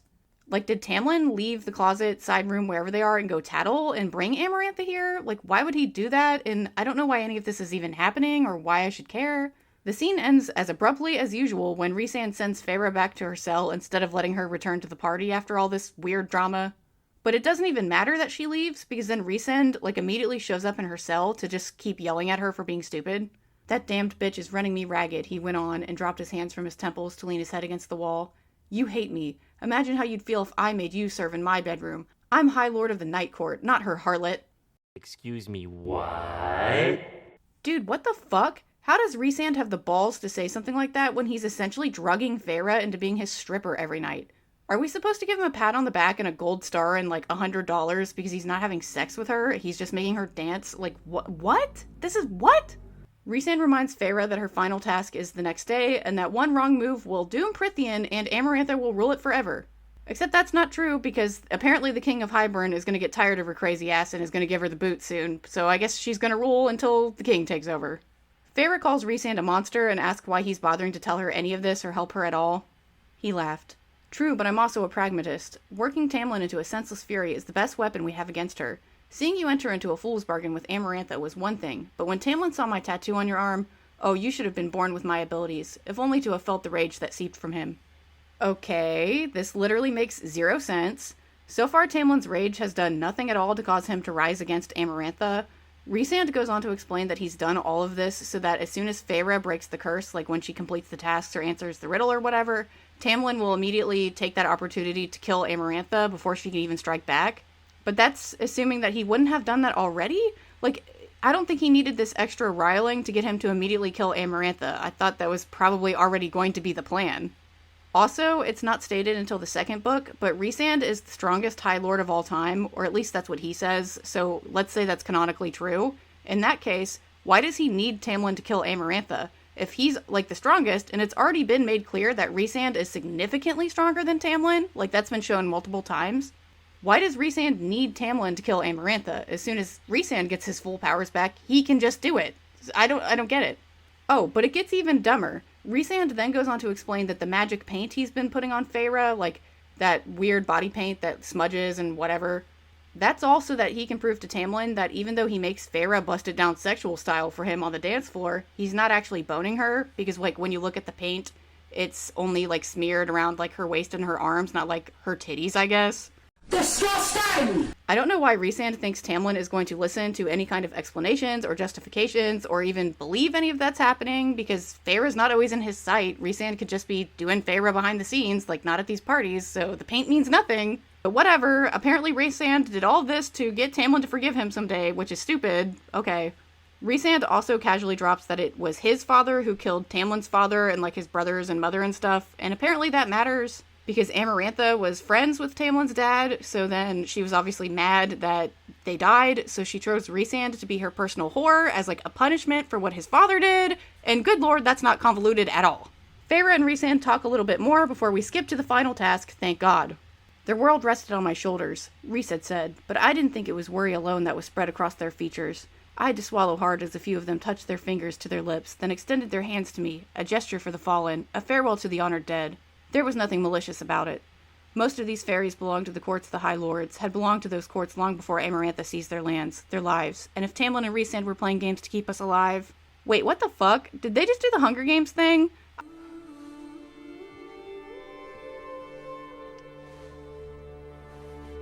I was only joking when I called Feyre Katniss at the beginning of this ungodly long video, but now I'm sort of thinking this is a Hunger Games x Beauty and the Beast crossover fanfiction, which I think would be more enjoyable than whatever this is. 2 trials lie behind you, Amarantha said, picking at a fleck of dust on her blood-red gown. Her hair shone, a gleaming crimson river that threatened to swallow her golden crown. And only one more awaits. I wonder if it will be worse to fail now, when you are so close. She gave me a pout, and we both awaited the laughter of the fairies. Why do all the evil people boredly pick lint off of their jacket or their clothes? Like, they do this constantly. Rhysand's done it, like, twice already. Like, are these fools too busy being evil to get a damn lint roller?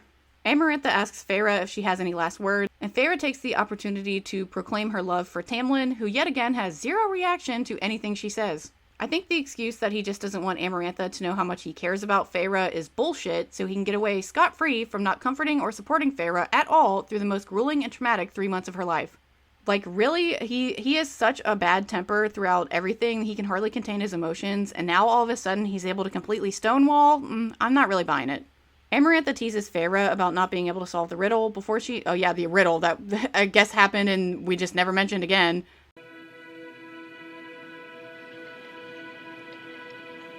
What the hell are you talking about? Yeah, that riddle. Before Amarantha announces the third and final task, and 3 hooded fairies are brought out. Your final task, Feyre, Amarantha drawled, gesturing to the kneeling fairies. Stab each of these unfortunate souls in the heart. Boy, that escalated quickly. I mean, that really got out of hand fast.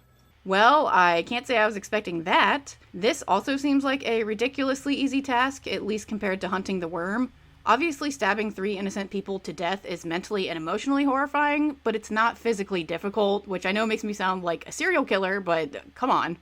They're tied up and can't fight at all, so all Feyre has to do is stab them each one time. It's not really, like, that sucks, that's pretty bad, but it's not like they're fighting for their lives and it's a really gruesome fight to the death. Like, it's just one stab, it's done, it's clean kill, it's over. Yes, it's traumatic, but it is easy. Feyre weighs her options. Refuse and die. Kill 3 innocents and live. 3 innocents for my own future, for my own happiness, for Tamlin and his court and the freedom of an entire land. Okay, so is this not literally the trolley problem? If you've never heard of that before, imagine you're standing at some railroad tracks and the train is coming. You see 5 people tied to the tracks in front of you and the train is going to hit them unless you pull a lever to divert the train, except there is 1 person tied to the other set of tracks. So you can do nothing and 5 people die, or you can choose to pull the lever and only 1 person dies. So which choice do you make? Feyre can do nothing and all of Prythian will collapse, or she can divert the trolley, she can choose to stab 3 people, and everybody else will be saved. From a psychological standpoint, I'd argue that the act of doing nothing is still you consciously making a choice, because that's the whole issue of the trolley problem, is if you kill that 1 person by pulling the lever, is that now your fault, but the train going to hit the first 5 people wasn't? I would still argue by choosing not to pull the lever, it is your fault that those 5 people die. That's how I view it. That might not be how you view it. Anyway, Feyre is still struggling with her choice because of all this. I couldn't do it. It wasn't like hunting. It wasn't for survival or defense. It was cold-blooded murder. The murder of them, of my very soul. But for Prythian, for Tamlin, for all of them here, for Alice and her boys, I wished I knew the name of one of our forgotten gods so that I might beg them to intercede. Wished I knew any prayers at all to plead for guidance, for absolution. But I did not know those prayers, or the names of our forgotten gods, only the names of those who would remain enslaved if I did not act. I silently recited those names, even as the horror of what knelt before me began to swallow me whole. For Prythian, for Tamlin, for their world and my own, these deaths would not be wasted, even if it would damn me forever. When I first read this scene, I actually thought that the hooded fairies would be Alice and her nephews, like her little boys she talks about this whole book, because of how often Feyre thinks about them throughout the book. Like, she mentions them a whole lot. But these hooded fairies really are just random, no-name, faceless fairies, never seen them before, and that really seems like a wasted opportunity for me for, like, a really big emotional moment here for Feyre to actually know these people in some capacity. Feyre grabs the knife and she starts stabbing, which weirdly pleases Amarantha, despite the fact that this means Feyre is going to win the final task. Like, if she keeps stabbing people, she's gonna win. I couldn't think about it. Couldn't think about who he was, or the color of his eyes, or any of it. Amarantha was grinning with wild, triumphant glee. Kill a fairy, fall in love with a fairy, then be forced to kill a fairy to keep that love. It was brilliant and cruel, and she knew it.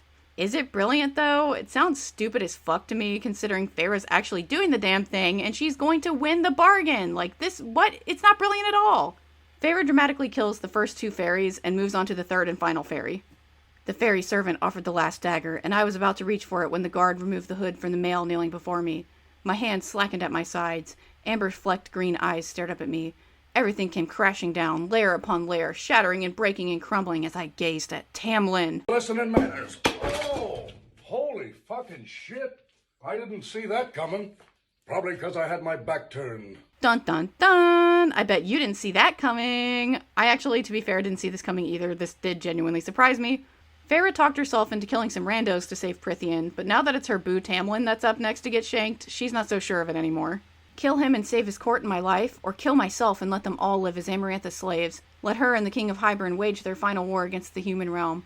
There was no bargain to get out of this, no part of me to sell to avoid this choice. Why not have the best of both worlds? Kill him and then immediately kill yourself. Win-win. Oh, except then Feyre has a Jimmy Neutron brain blast and figures out exactly how to fix everything, right in the nick of time. Thanks, plot conveniences. Come on. Think.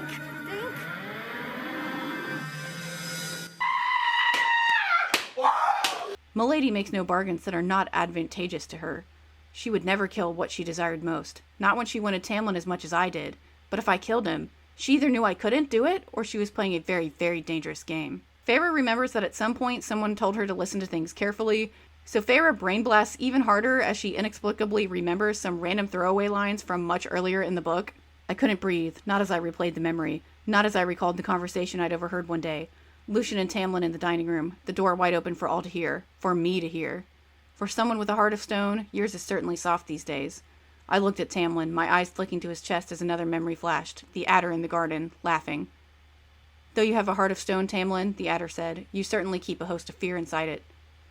Amarantha would never risk me killing him, because she knew I couldn't kill him. Not if his heart couldn't be pierced by a blade, not if his heart had been turned to stone. How on earth is Feyre able to remember all this weirdly specific and seemingly unimportant information at the most stressful moment of her life? Like, at the time I was reading the book, I didn't flag any of those lines as being important at all, so the fact Feyre can do it under a complete panic-induced situation is like, what the fuck? Feyre then stabs Tamlin, which is supposed to be a super dramatic moment because we don't know if she's right about his stone heart, but obviously she is. I have no idea why Sarah J. Maas told us this information right before the stabbing, like immediately before the stabbing happens, we suddenly get this information dropped on us. I think she should have had Feyre vaguely remember all of this and, not state outright the things she remembered hearing, just kind of vaguely refer to, I remember hearing this thing, and then she goes for it, and then it's not until after, the knife bounces off his stone heart that then we get this reveal of the things she remembered hearing, because then we wouldn't be so sure why Feyre is so confident that she would win until she wins. I don't understand why we're getting the reveal before it even happens. It just completely ruins the tension, and I don't understand why it's written this way. Anyway, Tamlin lives, but Feyre still did the task as she was told, so she wins, I guess, even though 3 fairies didn't die, because Tamlin didn't die. She still stabbed him, so whatever. The crowd starts comically shouting at Amarantha to free them, now that, I guess they won. But Amarantha's face blanched, her features contorting until she looked truly serpentine. I'll free them whenever I see fit. Feyre didn't specify when I had to free them, just that I had to. At some point, perhaps when you're dead, she finished with a hateful smile. You assumed that when I said instantaneous freedom regarding the riddle, it applied to the trials too. Didn't you, stupid, foolish human? This still doesn't answer my question of why Amarantha offered the riddle fast pass at all if she didn't plan on immediately freeing them after the trials. Why give them the opportunity for immediate freedom at all? Just don't do that. Amarantha then has a bitch fit over Feyre actually winning, she's furious that Feyre won because she really wasn't supposed to. So then Amarantha starts violently thrashing Feyre around with her magic, and she says she will spare Feyre's life if Feyre admits that she doesn't actually love Tamlin, but of course Feyre refuses. Amarantha continues to insult Feyre as she fucks her up with her magic, and she's twisting her up like a pretzel and breaking her bones and stuff, and it's super gruesome. And through it all, Feyre hears Rhysand screaming her name. Rhysand, not Tamlin, and Rhysand tries to help Feyre, but Amarantha blasts him away like he's nothing. Tamlin, who is somehow super injured from a simple flesh wound, considering the dagger didn't puncture his heart, it just stabbed through his body, and, I guess that super fucked him up for some reason. He's, kind of dragging himself across the floor to try to dramatically reach out to Feyre and beg Amarantha to let her go, and obviously it's not working. I know I'm kind of breezing through this, but this scene is agonizingly long in the book, and it goes on forever, and it's just really so long. Feyre thinks about each line of the riddle again, over and over in excruciating detail, before she miraculously solves the riddle. Love, I breathed, the world crumbling into a blackness with no end. A pause in Amarantha's magic. The answer to the riddle, I got out, choking on my own blood, is love.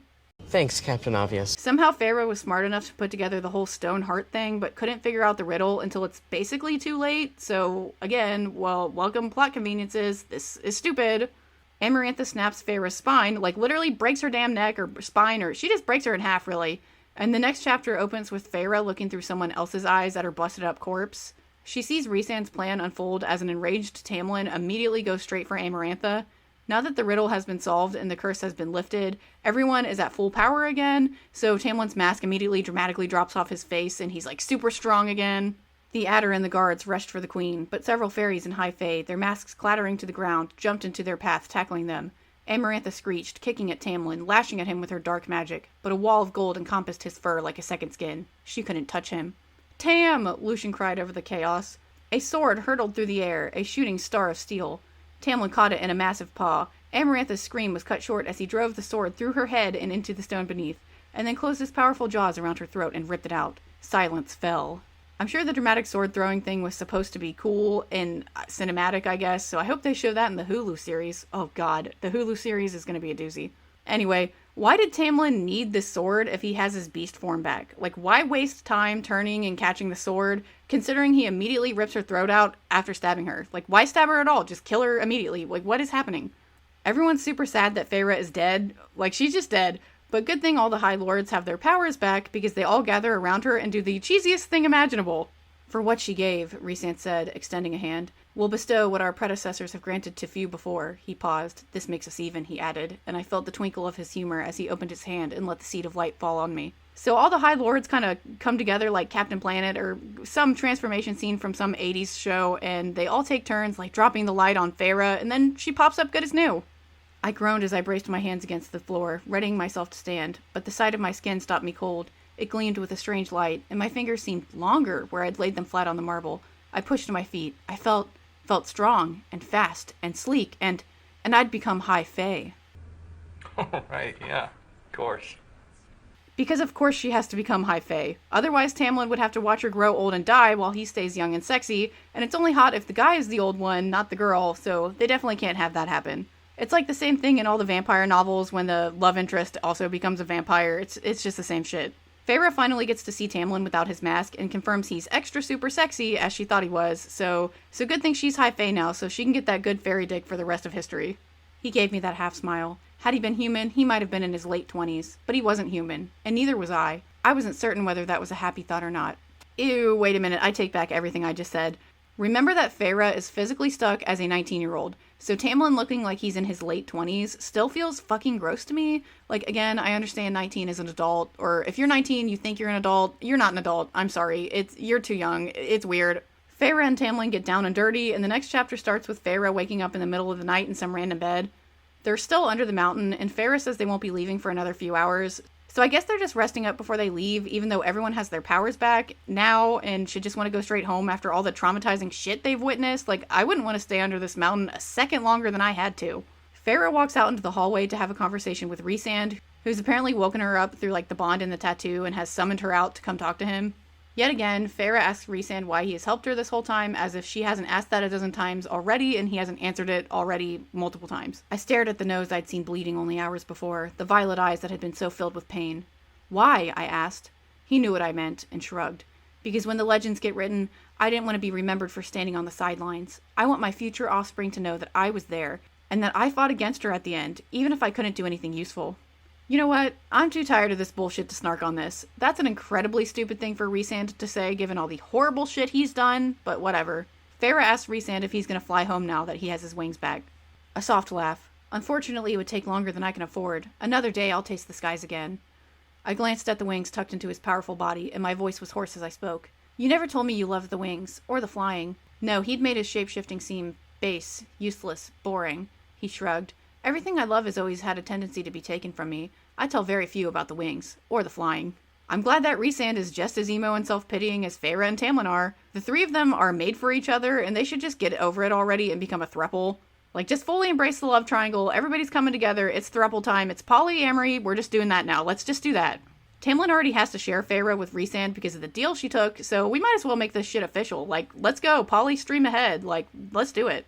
Rhysand leaves, and then we skip to an incredibly short scene of Tamlin and Feyre also leaving. I stepped out of Tamlin's arms and kissed him softly. Tomorrow, there would be tomorrow, and an eternity to face what I had done, to face what I had shredded into pieces inside myself under the mountain.